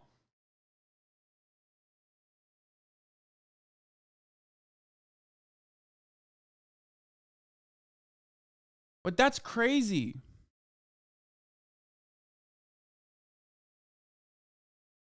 Whose war are you fighting? Why do you have anger towards someone who probably agrees with you 99% of the way? Maybe not 99. You definitely dunked on this person prior to the invasion if they've never not let that embarrassment you gave them. Yeah, you need to act embarrassed for my satisfaction is a too common attitude people have. I will never act embarrassed for things that I have said. I might feel embarrassed. I might actually turn around and even apologize for things that I have said if I have led you astray. It's a responsibility that I take very seriously. I want to ensure that I'm giving you correct information. Sometimes my predictions are not correct. Sometimes I'm over the top confident in my predictions because, you know, in a lot of circumstances, I am right. Right now, today, we are reading at least one component of that. If you don't believe Seymour Hersh, which is fine, you don't have to believe Seymour Hersh, you can at the very least believe this. Because this is very different than what the U.S. State Department originally said. This is more in line with what I said months ago when it first happened. There's only one community I know that holds this. He was wrong about Ukraine bullshit. Please no good faith of these idiots. No, I want to believe that while there are some fedayeen ass motherfuckers who are just like brain broken. And then he goes, these replies are insane. RIP inbox. Okay, I'm going to time you out for your own sake. Just shut off your whispers and you'll be fine. But what you need to understand is this woe is me attitude is not going to help you. I am having this conversation in the most charitable way possible with you because I want you to let go. I want you to be a more charitable person. I want you to be a more understanding person. Okay? Your entire resentment towards my coverage unironically revolves around how I made you feel. Something I have already apologized for 1 year ago. Think about how narcissistic that is. A good way to frame this is, what would be different if Hasan had correctly predicted the invasion? The answer is literally nothing, lol. Yeah. This is also part of the reason why a lot of people try to find ways. Like they'll be like, what if there were Ukrainian chatters who listened to you and didn't leave their homes? You know, like they'll try to like find a way. And it's like, you think I am the only person who said Russia won't invade Ukraine? Well, maybe you should listen to some Ukrainian news sources from before the invasion and get a better understanding that like they also were saying it's not going to happen. And I'm pretty sure people were listening to them a lot more than they were listening to my fucking Twitch channel.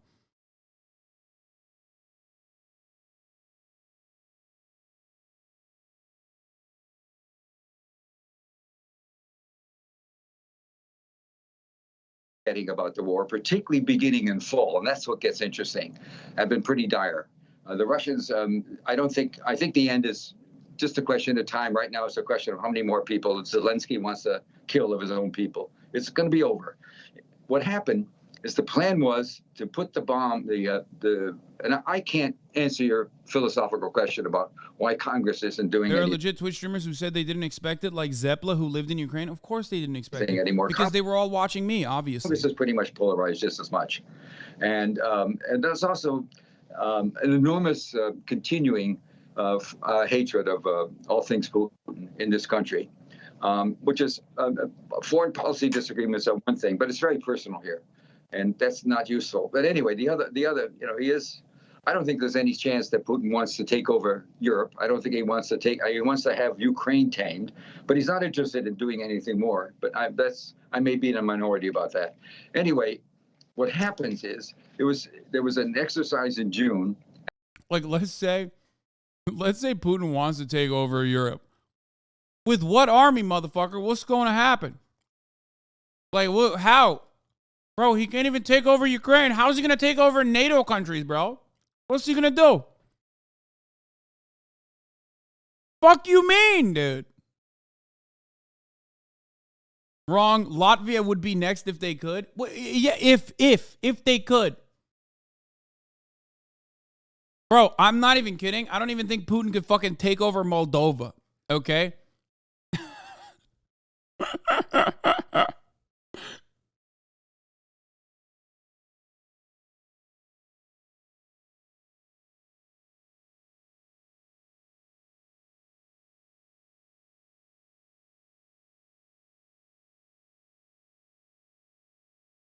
What are these lib-ass takes?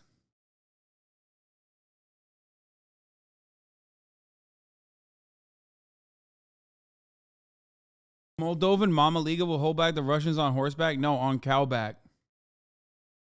Holy fuck, you are so wrong. Moldova has no military at all. How dare you? How dare you disrespect the cowback soldiers of Moldova? That is so fucked up.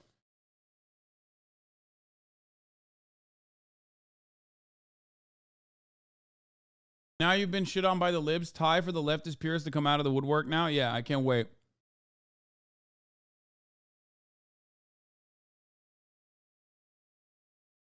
And it was supposed to. The bombs were put in there under the cover of a NATO exercise. There were a lot of different countries running around with divers and blowing up things. It was an exercise to go find and chase mines. There never had been one before. It actually was whoever in the CIA or the other agencies that thought this up should get a bow because it was pretty ingenious. So in that exercise, the divers went down, did what they were trained to do. They're very good. C4. A couple hundred, whatever. Putin already controls Translandia and Moldova. What are you talking about? Okay. I said what I said, bitch. You heard me. Did I stutter? The weight is. You mean Transnistria, by the way? Fucking Translandia. Motherfucker said. What the fuck is Translandia? Moldova moved to America. I know. Moldova and Mama Liga left Moldova literally unguarded.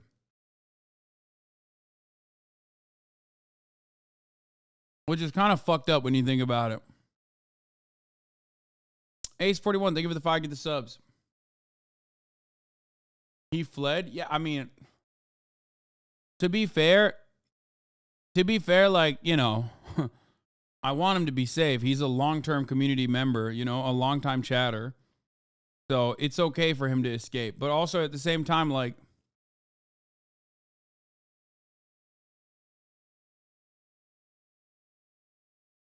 blow up most cities, most of the buildings in Washington, and some in New York. Anyway, they did their job, but the president at the last minute hesitated because he was afraid blowing it up right after the exercise would put the finger at us, and then he wanted permission to do it anytime, and that caused an enormous trouble in the team. The team was, you know. People are sophisticated in the intelligence services. I know we have cliches about them. We see the movies about them. And the bottom line is this made sense of them blowing up a pipeline, it's actually owned by a division of Gazprom owns 51%. That's all the Russian oligarchs. And 49% of the Nord Stream 1 are owned by 4 business groups in the Western Europe who farm out the oil anyway. They saw the threat as being valid. And if he wanted to do it during an exercise, well, okay. But in September, late September, they got the word, you know, they fixed it so he could. But then they thought it was, I don't know what they thought, but I don't think they thought in late September he would blow up the main pipeline, Nord Stream 2, which is a new one that had been just built. And it had been sanctioned. It had gas in it. That's why so much leaks. 750 miles of methane gas were sitting in it. But it had been sanctioned by the German government. And so when he did that, here's what Biden did. And this is what I think the ultimate point of the story, and why so many people, even the intelligence community, are very troubled by it. What he did is he said, I'm in a big war with Ukraine. It's not looking good. I want to be sure I get German and West European support. And I know winter's coming. And if it's going to be bad, I don't want the Germans to say, we got to check out because we're getting massacred. We'll be massacred with no cheap fuel. And our economy will go bonkers. We're going to check out and we're going to open up the gas line, which they could do.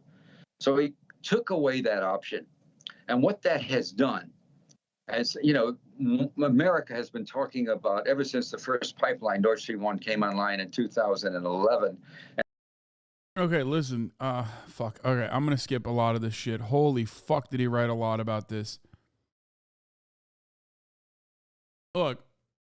Some of the stuff in this article are basically things that I've talked about as well, which are like definitely non-speculative, just straight up factually correct. you know, like Undersecretary Nuland delivering essentially the same message as the State Department briefing with little press coverage. I want to be very clear to you today, she said in response to a question, if Russia invades Ukraine, one way or another, Nord Stream 2 will not move forward. That's what President Biden said as well. All this stuff is very important. Because, like, they said it wouldn't fucking move forward if Russia invaded Ukraine. Russia invaded Ukraine. It stopped moving forward. Then they turned around and said, oh, Russia must have blown up its own pipeline, which led me to think, why would Russia do this? Why would Russia blow up its own fucking pipeline? Are there no other ways that Russia could say, oh, there's a issue in the pipeline itself?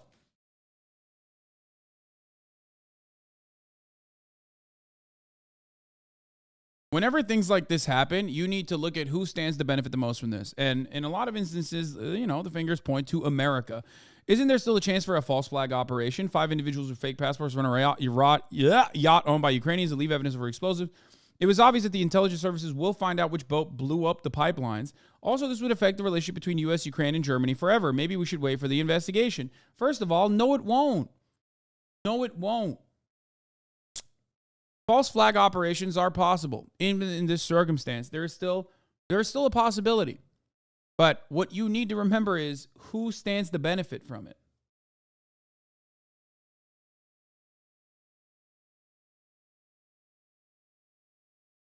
I used to think you were good for the leftist movement, but how would Ukraine benefit from living under a false U.S.-backed Ukrainian government? At least Putin was democratically elected. There ain't no way. You're memeing, right? There's no shot. You're fucking joking, right? What did you just say?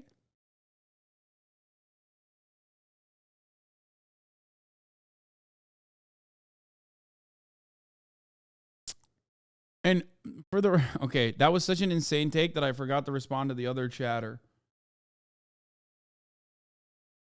So Germany, U.S., Ukraine relations won't suffer from this. Okay. This guy runs the show. So ultimately, Germany is the United States' lapdog in many ways, unless fascist movements in Germany utilize this as a way to garner more support for themselves, maybe even like behaving like anti-NATO, run anti-NATO, anti-EU sentiment, which, by the way, doesn't really make sense. If you're Germany, you run EU anyway. Who runs the show? U.S., right? Yes. The U.S. is the big dog in the room. Straining that relationship is so silly. Like, there's no straining in that relationship, dude. They do what they must. They will follow suit. They will do whatever the fuck. America says that is the best thing to do in this situation.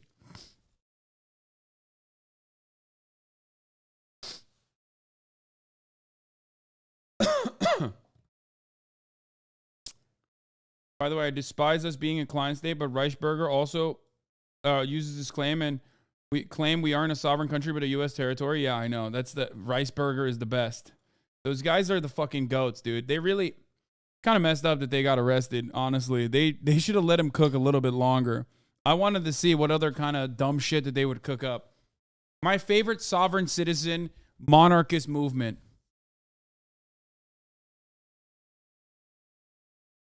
Awesome.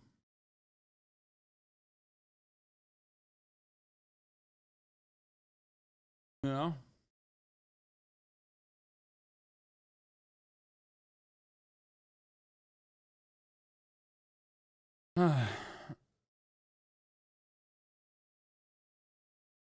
The plan to blow up Nord Stream 1 and 2 was suddenly downgraded from a covert operation requiring that Congress be informed to one that was deemed highly classified intelligence operation with U.S. military support. Under the law, the source explained there was no longer a legal requirement. According to the source, some of the senior officials of the CIA determined that blowing up the pipeline could no longer be considered a covert option because the president just announced that we knew how to do it. So you can say he has no fucking sources because you've undermined his credibility successfully. I'm going to go ahead and say that it doesn't really matter what Seymour Hersh has written about the issue, but as far as his own sources goes, I mean, he's done this before, so I'm probably gonna believe what he's saying in this circumstance.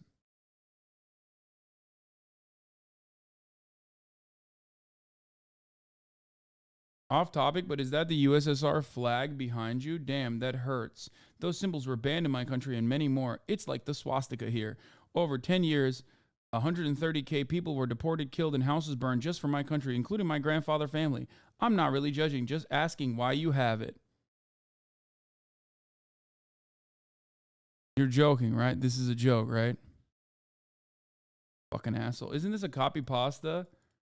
Yeah, this is like a copy pasta, right? I remember when the person who asked that. No, it is bait. It is bait. It is bait. It's a copy pasta from this community. Bro, that's a copy pasta from when you first moved in. Yeah. No, someone said this 2 years ago and you responded to them. Yeah. Yeah. And I was like, oh, you think it's like the swastika? Well, think about all the fucking people who were carrying the swastika that got murdered by people flying that flag.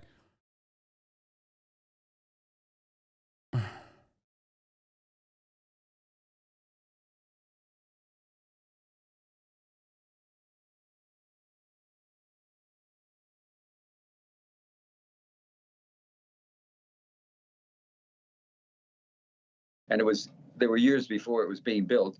This goes back to the Bush-Cheney years, and as you know, I did a lot of reporting for the New Yorker on those people, on that particular gaggle.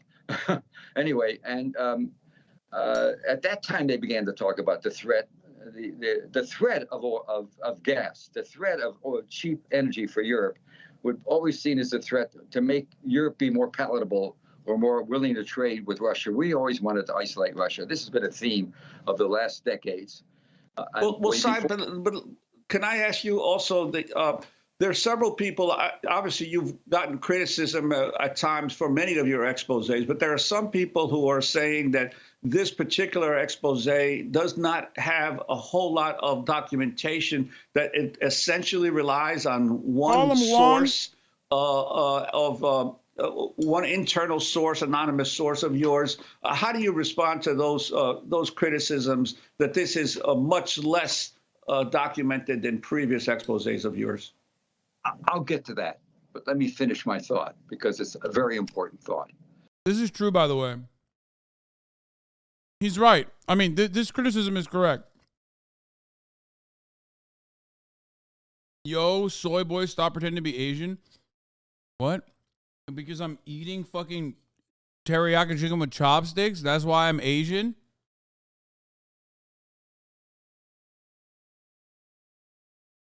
Also, I am Asian, by the way. Not like East Asian, but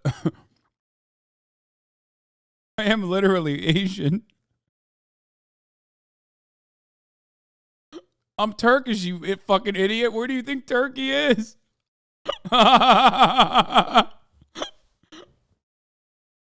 Okay, Ariana Grande. Americans are so fucking dumb. They think like when someone says Asian, they think it's just like East Asian. You know what I mean?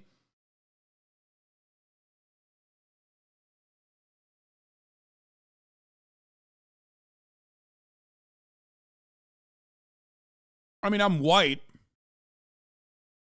but I am from the Asian continent.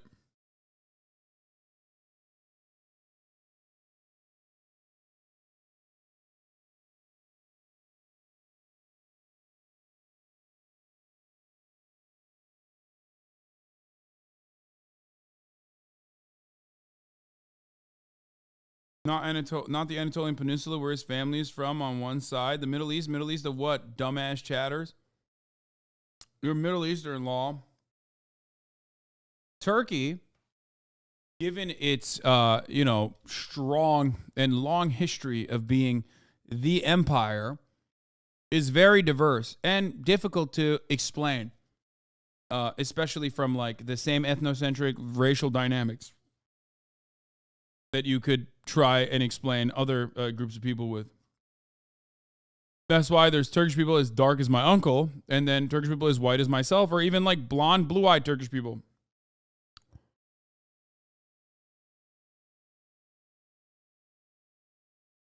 I guess people in Brazil are American, like what? I mean, yeah, technically, that is true. Yeah, they are. Well, Like, what do you think Latin America is, for example? When you talk about Latin Americans, do you not, like, what do you think? Did you just forget that that's a designation?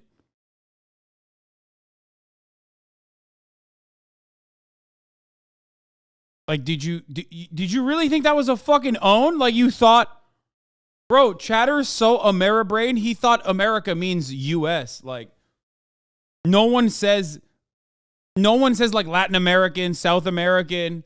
That's crazy, dog. Literally anybody outside of the U.S. from the Americas gets really annoyed at USians calling themselves American. Yeah, that's another funny part about it, but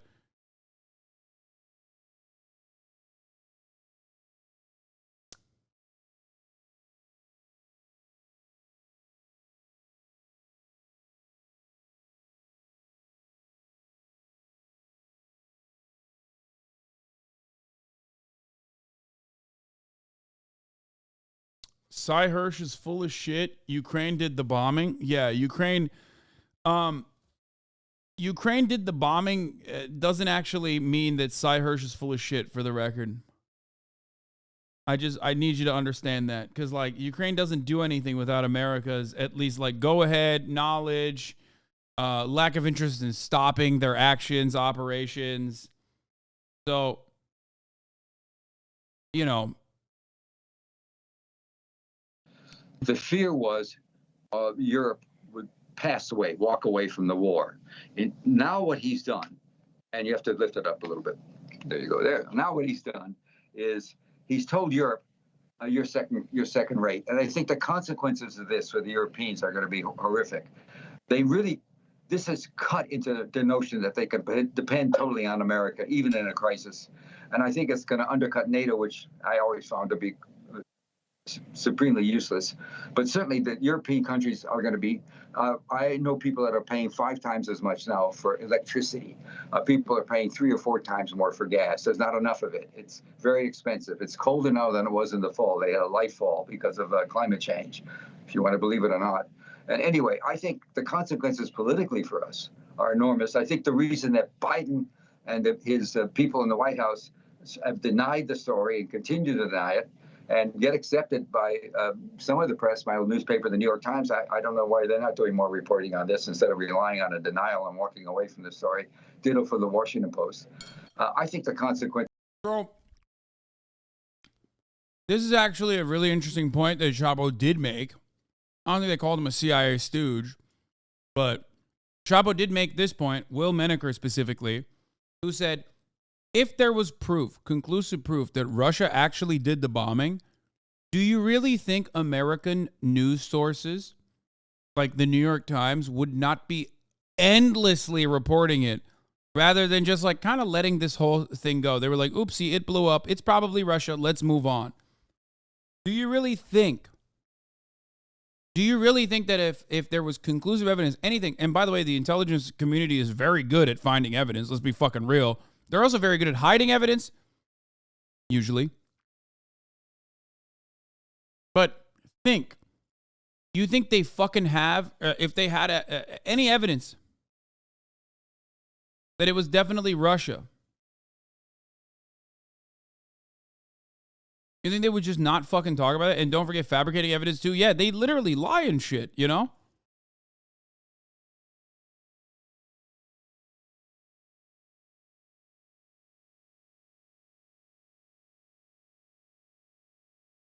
Is politically for us in the long run, looking at even potential some countries walking out of NATO.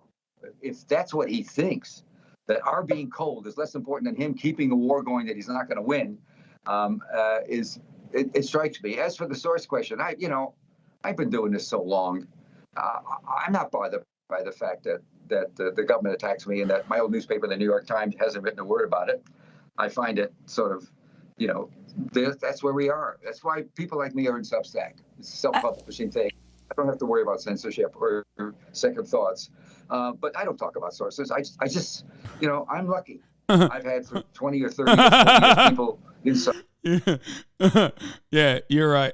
Yeah. I like this. Maybe a shark just bumped against it. You're right.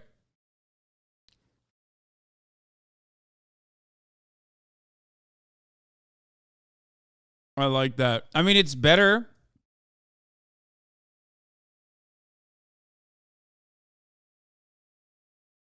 It's better than like what America's come up with.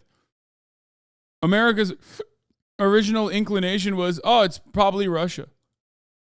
Or not even probably. They were like, it's definitely Russia. Russia did it to itself. Russia, why are you hitting yourself?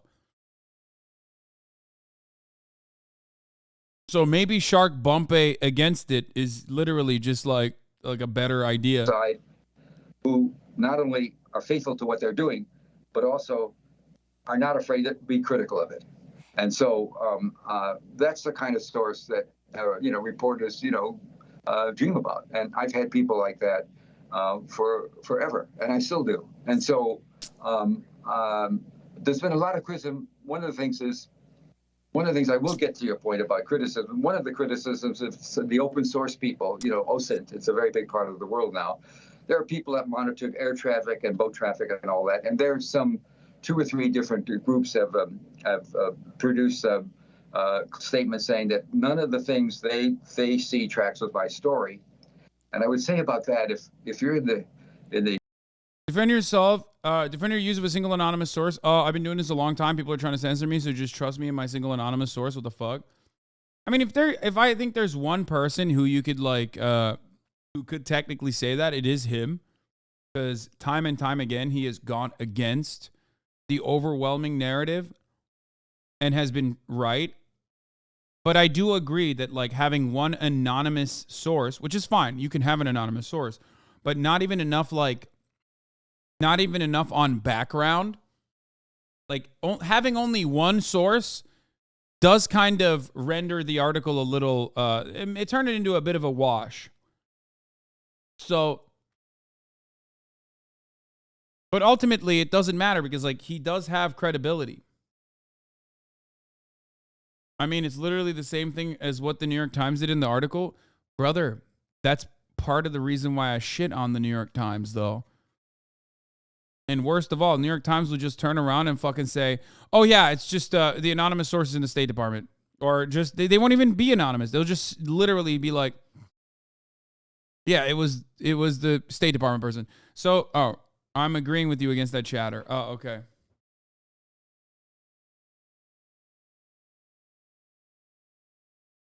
The sources don't really matter here, though. Just look at who benefits. Yeah, exactly. Which is why I never even covered the Seymour Hersh article because, like, I was like, who cares? I personally don't even care because, like, here's a non-anonymous source. His name is Joseph Robinette Biden and Victoria Nuland, too. So, like, what the fuck do you need? It's like motherfuckers are like, yeah, we're gonna stop the Nord Stream pipeline while also simultaneously building facilities for U.S. natural gas to come into Germany literally before they even blow up the pipeline. Who gets the benefit from it?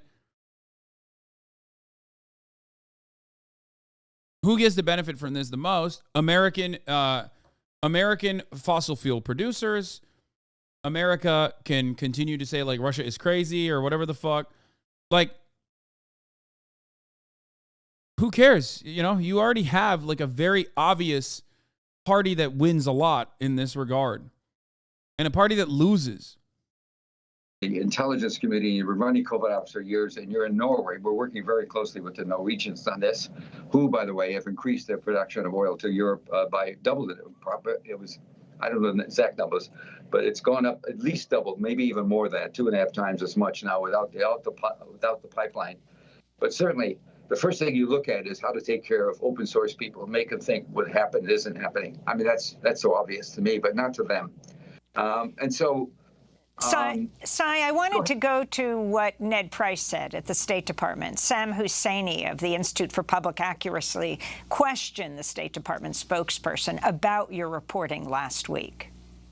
I'm sure you're aware of the new report from Seymour Hersh, how America took out the Nord Stream pipeline and the White House's denial of any involvement. Given the longstanding U.S. opposition to the pipeline, Secretary Blinken's calling its demise a tremendous opportunity, and Secretary of State Nuland's saying that the U.S. officials were pleased with the destruction of the pipeline, and especially the Sweden secretive investigation. Do you think the U.S. government's denial of involvement is credible? I absolutely do, and I repeat it here.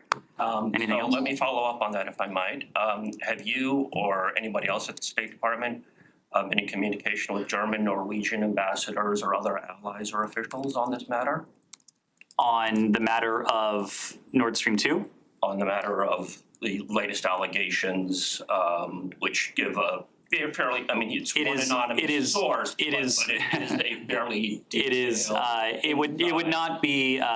It would not be typical for us to engage allies and partners on something that is utter and complete nonsense and that should be rejected out of hand by anyone who is looking at it through an objective lens. Yes, go ahead. One more aspect on this. One of the allegations that Hirsch makes is that it was taken off the CIA in order to prevent involvement, oversight as a covert operation. Did you read the piece?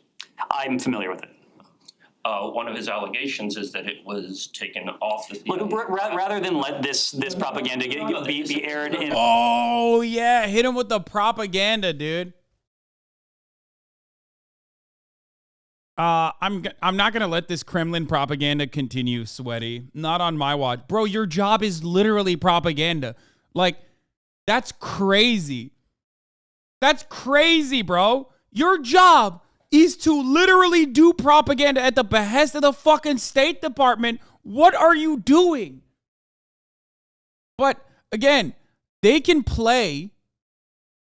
These people can basically play this game with training wheels on and just immediately drop the fucking number like this. Like, it'd be like, it's Kremlin propaganda, Sweetie. Like they're a fucking middle-aged wine mom in Minnesota with a Ukrainian flag in their fucking bio whose brain has been rotten by watching too much MSNBC. Like, are you fucking kidding me? You're a professional propagandist.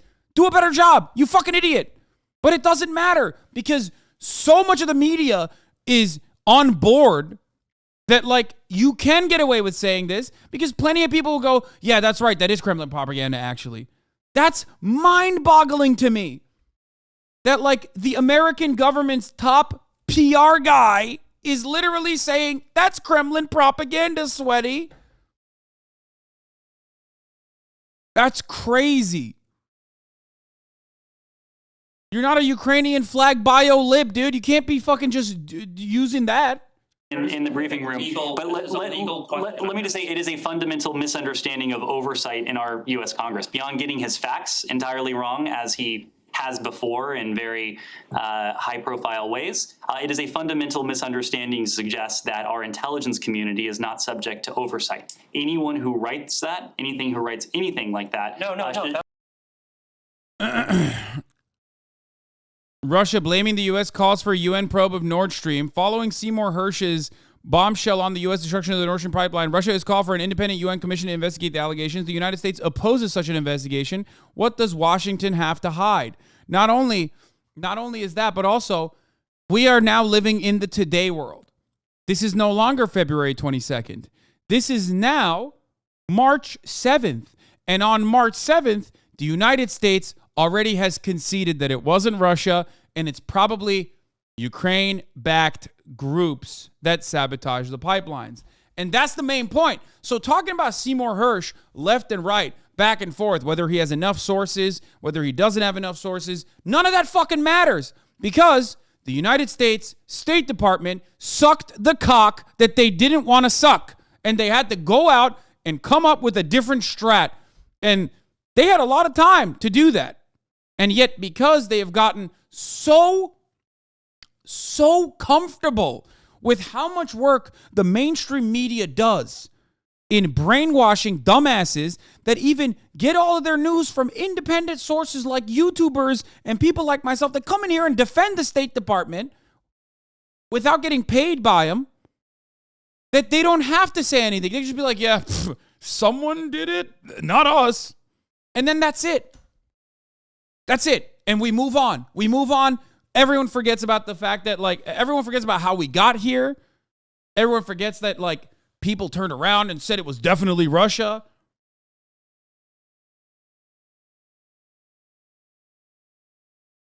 Do you understand?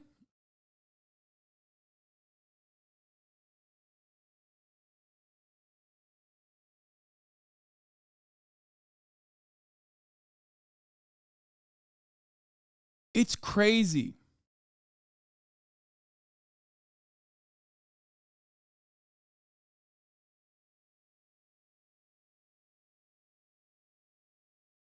Damn, why'd you get fucking owned? Someone in the shark fart go boom. Exactly.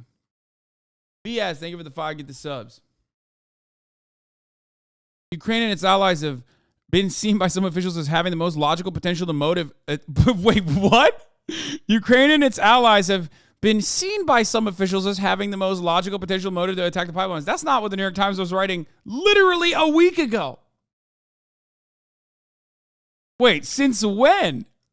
They didn't used to say that. They used to say America had the... sorry, I can't even say it correctly. They used to say Russia had the most to gain. So when did they decide that it was actually maybe not Russia that has the most to gain?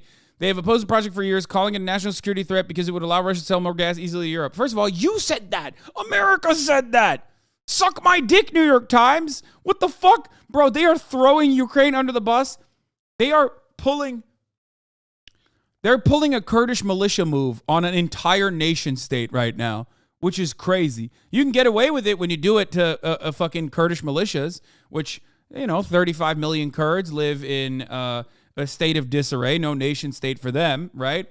But still, they're mostly like militias, some of them in fight amongst one another. But you can't just like fucking do that to an entire country that you've glazed up and propped up for the past year, non-fucking stop. God, America are such fake friends, bro. Yeah, sorry, Germany. It must have been Ukraine that did that. Or not even Ukraine, but like Ukrainian people that are unrelated to the Ukrainian state. How do they get the training and the munitions to be able to blow up a motherfucking pipeline? I don't know.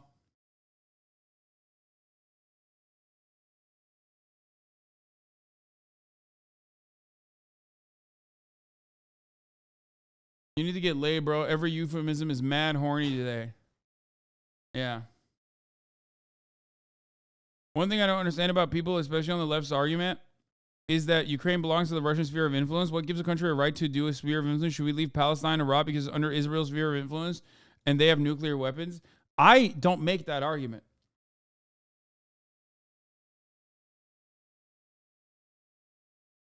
I don't care. Like, I don't make that argument. I think that no country should be under the sphere of influence by other larger nations.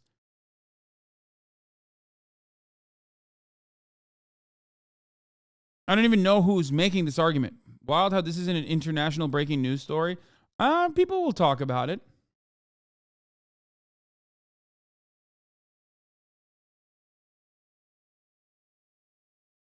Can we watch this ridiculous take where Tate vid where he talks about Megan Fox fucking Megan Fox with a dick? Brother, what do you mean? Why are you sending me a Reddit link when you could have just sent me my tweet, which currently is sitting at 136,000 likes at this point, where I said, you are not mentally prepared for Andrew Tate to make a kind of pro-trans argument using the most misogynistic and transphobic statements possible as the chaser that he is. Andrew Tate is a chaser, which is so incredibly on brand for so many in the conservative movement. Aiden Ross, you seeing this. And he ain't even wrong, technically. From your tweet to H3H3 Reddit and back around to the stream, Lamau. Yeah.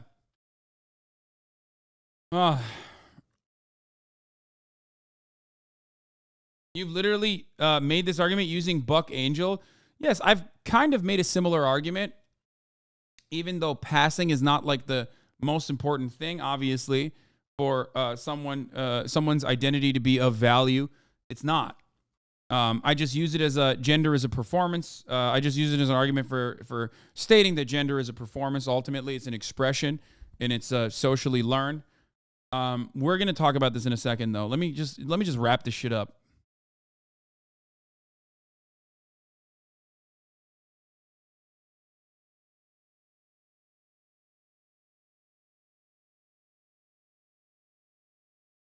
Fuck. Okay. Russia called Tuesday for a special United Nations commission to investigate the explosion that blew up the Nord Stream undersea natural gas pipelines in September. The United States said the accusation was completely false, and it accused Russia of trying to distract attention from the criticism around the first anniversary of its unprovoked February 24th invasion of Ukraine and ongoing attacks on Ukrainian civilian infrastructure. The exchanges took place on the UN Security Council, which has become the world's only public forum from a direct and often antagonistic contacts between Washington and Moscow. China offered full support for Russia's call for a special UN inquiry. Hassan Hasanabi piker also offers full support for Russia's call for a special UN inquiry. I think that's, if we want the truth, that's a valid thing to express, right? A simple statement of utterly false and complete fiction is obviously not enough to answer many questions and concerns raised around the world, said China's UN ambassador Zhang Jun, referring to the U.S. dismissal of the Nord Stream sabotage charge. The request for an independent investigation is entirely legitimate and reasonable. These investigations have not yet been concluded, the letter said, and at this point it is not possible to say when they will be concluded. But Russia's UN ambassador Vasily Nebenzia, who called the emergency meeting, said the perpetrator was now known thanks to an investigating journalist who had determined not only the United States did it, but how they did it with the involvement of their NATO ally, Norway. 2 weeks ago, journalist Seymour Hersh published a lengthy article on Substack. 3 months later, Hersh wrote, President Biden gave the order to blow them up in response to Russia's invasion of Ukraine. Hersh won a Pulitzer Prize in the 1970s for uncovering the My Lai massacre, all this other stuff. The story, categorically denied by the Biden administration, was quickly picked up and spread by Russian media. Presentation in support of Russia's calls for a UN investigation were offered during the meeting by economist and Columbia University professor Jeffrey Sachs and retired CIA officer and political activist Raymond McGovern. Sachs, who has faulted NATO enlargement as a cause of the war and called for it to be resolved by U.S.-Russia negotiations, said that the White House had labeled Hersh's allegations completely and utterly false, but did not offer any information contradicting it or even an alternative explanation. Well, they have one now. Guys, they have one now. It's Ukrainian allies might have did it. I mean,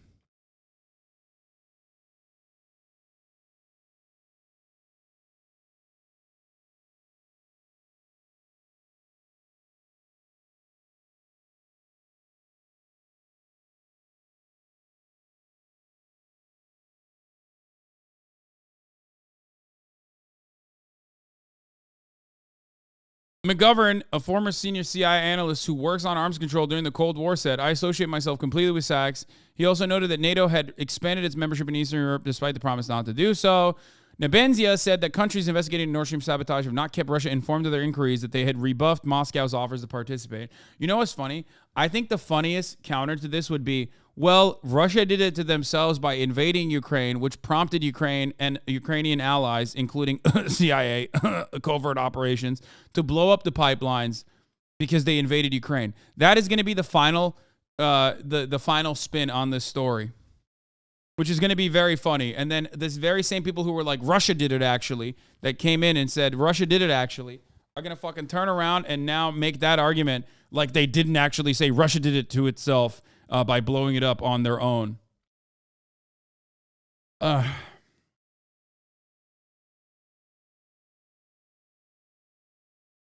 vote was taken at Tuesday's meeting, although Russia circulated a draft resolution calling on the United Nations to establish a commission composed of impartial and internationally respected, experienced jurists to conduct a comprehensive, transparent, impartial international investigation. That makes sense. Most of the non-permanent council members from Africa, Latin America, and Middle East call for the existing investigations rather than a new UN inquiry to continue.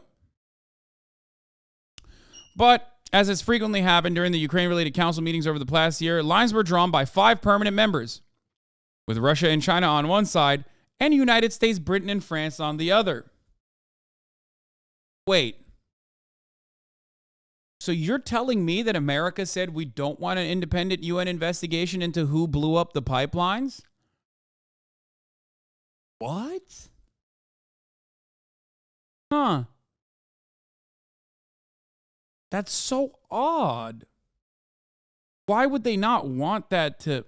I'm sure there's no reason. Why does it matter? Fuck their pipeline? Bro, are you insane? Bro, people are so brain broken. It's like, it's not just fucking their pipeline, you idiot. You're fucking Germany. Like, if you don't think that Russia is has any, like, human beings inside of it, well, okay, well, EU's getting gas from the fucking pipeline, and you're like, nah, fuck that. Don't give a shit. If this is the kind of attitude that you want to represent, like, good luck. Hi, Mom. Okay, well, I say hi to your mom every night when she opens the door to let me in to give her a good dicking down, and you're out here fucking saying hi, Mom, back. Crazy.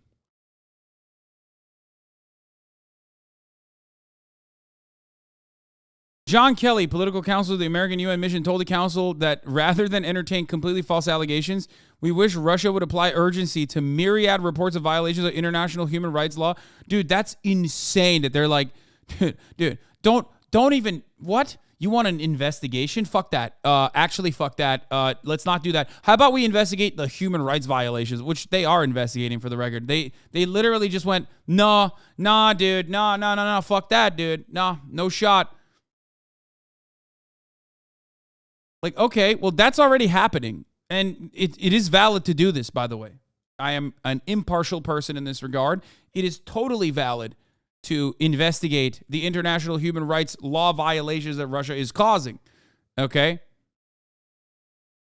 That's valid. My mom appreciates it. Our family will send fruit basket. But, like, how the fuck do you use that in this regard? To deflect away, like the top of the hour ad break is here. You know what I mean? And if you want to deflect away better than the United States of America is trying to deflect away from a UN impartial third-party investigation being conducted into who blew the fucking Russian pipelines up, well, then all you need to do is subscribe, which you could do for $5 or for free with a Twitch Prime.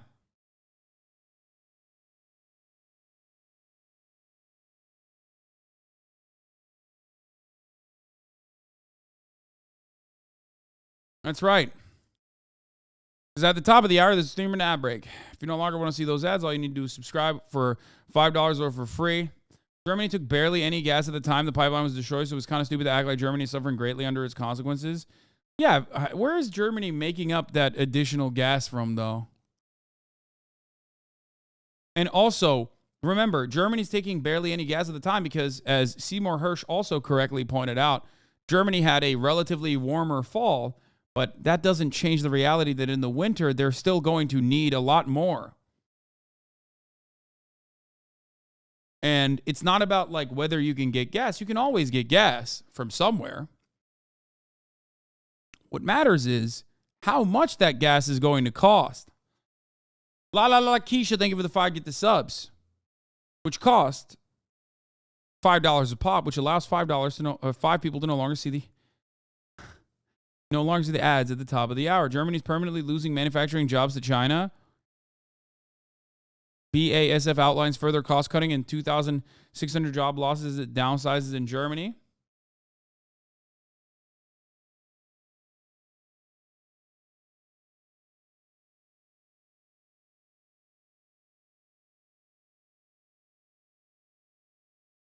Here's a 3-minute ad break now, by the way. NS1 was closed for maintenance by Russia, and NS2 was never in use. Again, I'm mentioning that gas coming in from Russia in the fall is very different than gas potentially coming in from Russia in the winter.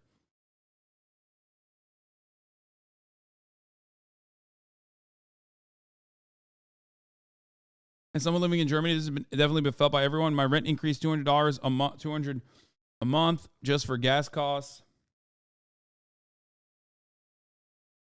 Neki Stranak, thank you for the 5 get the subs. As a German, I don't even care much about the heating costs. What skyrocketed was the electricity prices for me this year because those prices are tied to the gas price.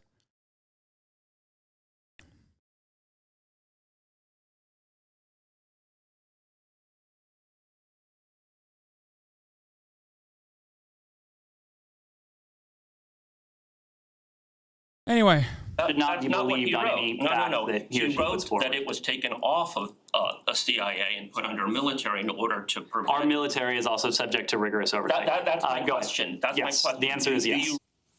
So that's Ned. He should follow up by being like, was military under subject to rigorous oversight when they did Abu Ghraib? How much rigorous oversight was applied during the My Lai massacre? Just start using like other Seymour Hersh, who I can't stop calling Seymour Butts in my head. Fuck you, chatters, for that one. God damn it. Price being questioned by Sam Husseini in the State Department press briefing room. Cy Hersh, I'm wondering if you can respond. You wrote an interesting follow-up today on Substack called Crap on the Wall. Now, it's not your words, actually. You're actually quoting the White House when the most bizarre effort came from Defense Department of Donald Rumsfeld, you write. 2 decades ago, Secretary Rumsfeld, Vice President Richard Cheney discarded the rule of law and common decency in their efforts to stomp out Muslim terrorism. I was writing for The New Yorker. You're talking about the Abu Ghraib scandal. The White House responded to an article I published about the CIA's secret operations, inside Iran, by calling it another example of Hersh throwing crap. That was the word used by an Assistant Secretary of Defense on a wall to see what sticks. Under Barack Obama, you say a senior national security advisor responded Seymour Hersh is a known fabricator, adding the magazine, The New Yorker, could publish that response to any future Hersh story without further checking. Your response? Interesting that not much has changed, except for time has continued. That has validated Hersh's reporting, as time will continue to validate Hersh's reporting now.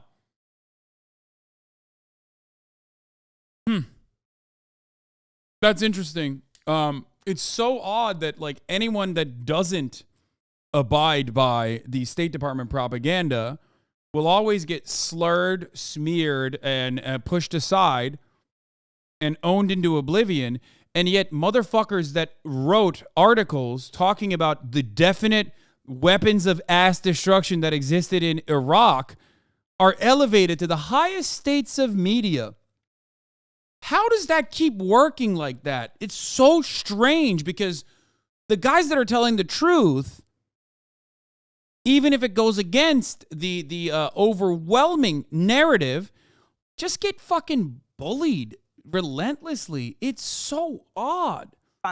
They just say you're a conspiracy theorist, even if everything that you say gets validated ultimately. It's so strange, man. It's just like, how the fuck does that happen all the fucking time? It's crazy. Well, my long-gone mother, who came here as an immigrant and loved America more than anybody, particularly about Ned Price's stuff, she would have said he should have washed out his mouth with soap, which is what she actually did to me a few times. So anyway, that's what can I say? It's, sometimes... I won't say truth. That's too. Sometimes different versions of a story cause problems. The reason I went into that sort of soliloquy about what's going to happen possibly in NATO and Europe about Biden's act of saying to the Western Europe and Germany, we rather keep our war going, and you can stay cold. Is I think it could cause some countries to say, we may be out of here. What do we need NATO for? And American support when in a crisis, they take away our ability to keep our people warm. It also could lead, I think the Green Party has done very well in Germany. The chancellor's from the Green Party. I think it's going to lead to widespread conservative movement politically. And the one thing we did after World War II that was fantastic was we rebuilt Europe into a modern democratic plurality society, plural society. I think it could lead to it won't go as far as it did in Italy. We could lead to some conservative victories and subsequent legislations, because Europe's always had no natural resources. They've always had to rely on others. And anyway, look, I'm done. Okay. The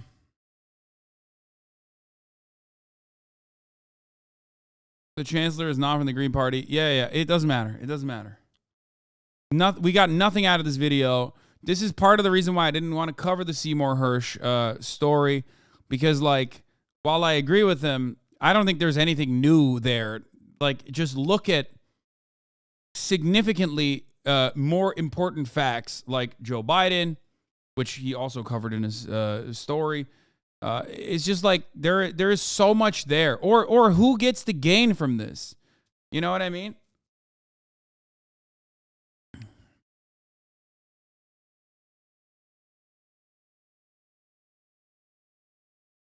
U.S. officials said there was much they did not know about the perpetrators and their affiliations. The review of newly collected intelligence suggests they were opponents of President Vladimir Putin of Russia, but does not specify the members of the group or who directed or paid for the operation. U.S. officials declined to disclose the nature of the intelligence, how it was obtained, or any details of the strength of the evidence it contains. They have said that there are no firm conclusions about it, leaving open the possibility that the operation might have been... Why? Why?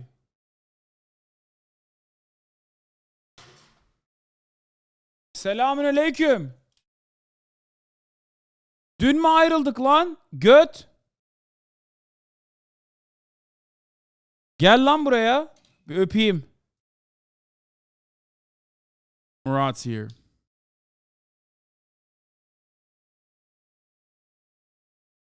He just walked in, didn't even say what up, just moved past me. So I said, what do we fucking separate yesterday? What's this bullshit? He just didn't even say hi. He just walked past. Anyway. Some initial U.S. and European speculations centered on possible Russian culpability. Like, what do you mean some? You did this. New York Times, you did this. You did this. You did this. You did this. You did this. You did this. You did this. You did this. What do you mean some initial U.S. and European speculations centered on possible Russian culpability, especially given its prowess in undersea operations, though it's unclear what motivation the Kremlin would have in sabotaging the pipelines, given that they have been an important source of revenue and means for Moscow to exert influence over Europe. People said I was a Kremlin propagandist for literally saying these exact same things when the New York Times was covering the exact opposite argument, literally making it seem like it was definitely Russia. Oh my God, I'm losing my fucking mind. It's like you have to be like partially dementia riddled in the fucking brain to be able to look at this coverage and turn around and be like, yeah, dude, I mean, I see nothing weird here. I feel like I'm going fucking insane. U.S. officials say they have not found any evidence of involvement by the Russian government of the attack. Officials who have reviewed the intelligence said they believe the saboteurs were most likely Ukrainian or Russian nationals or some combination of the two. U.S. officials said no American or British nationals were involved. Oh, I mean, most of the New York Times readership has early onset dementia. Let's be real.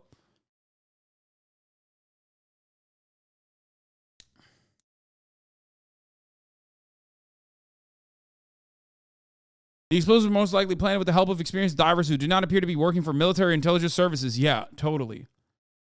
All right, I'm done with this. I'm fucking losing my mind a little bit with the way that people like behave around the story. You know, I don't know. Just be more careful when you see news, please. You might still be operating off the assumption like that one chatter was who I had the timeout for like 10 minutes that like I'm a bad guy. I'm a Russian stooge. I'm a Russian propagandist. All this shit. Okay? But please be charitable. Please, I beg you to be charitable to things that I keep saying, because in most of these circumstances, with that notable exception of the one time where my analysis was correct, as that chatter also admitted, my the prediction I made was that Russia could not be so fucking insane as to make this massive strategic blunder. And I was wrong on that. And I also admitted to being wrong on that. But I've been right since. Okay? So please be more charitable. Please. Lest you come across like you're wrong time and time again. Okay? Not that it fucking matters, because ultimately if you're wrong at the behest of the State Department, you will never have to apologize for your mistakes, because it doesn't matter. No one will check you. You are in the majority.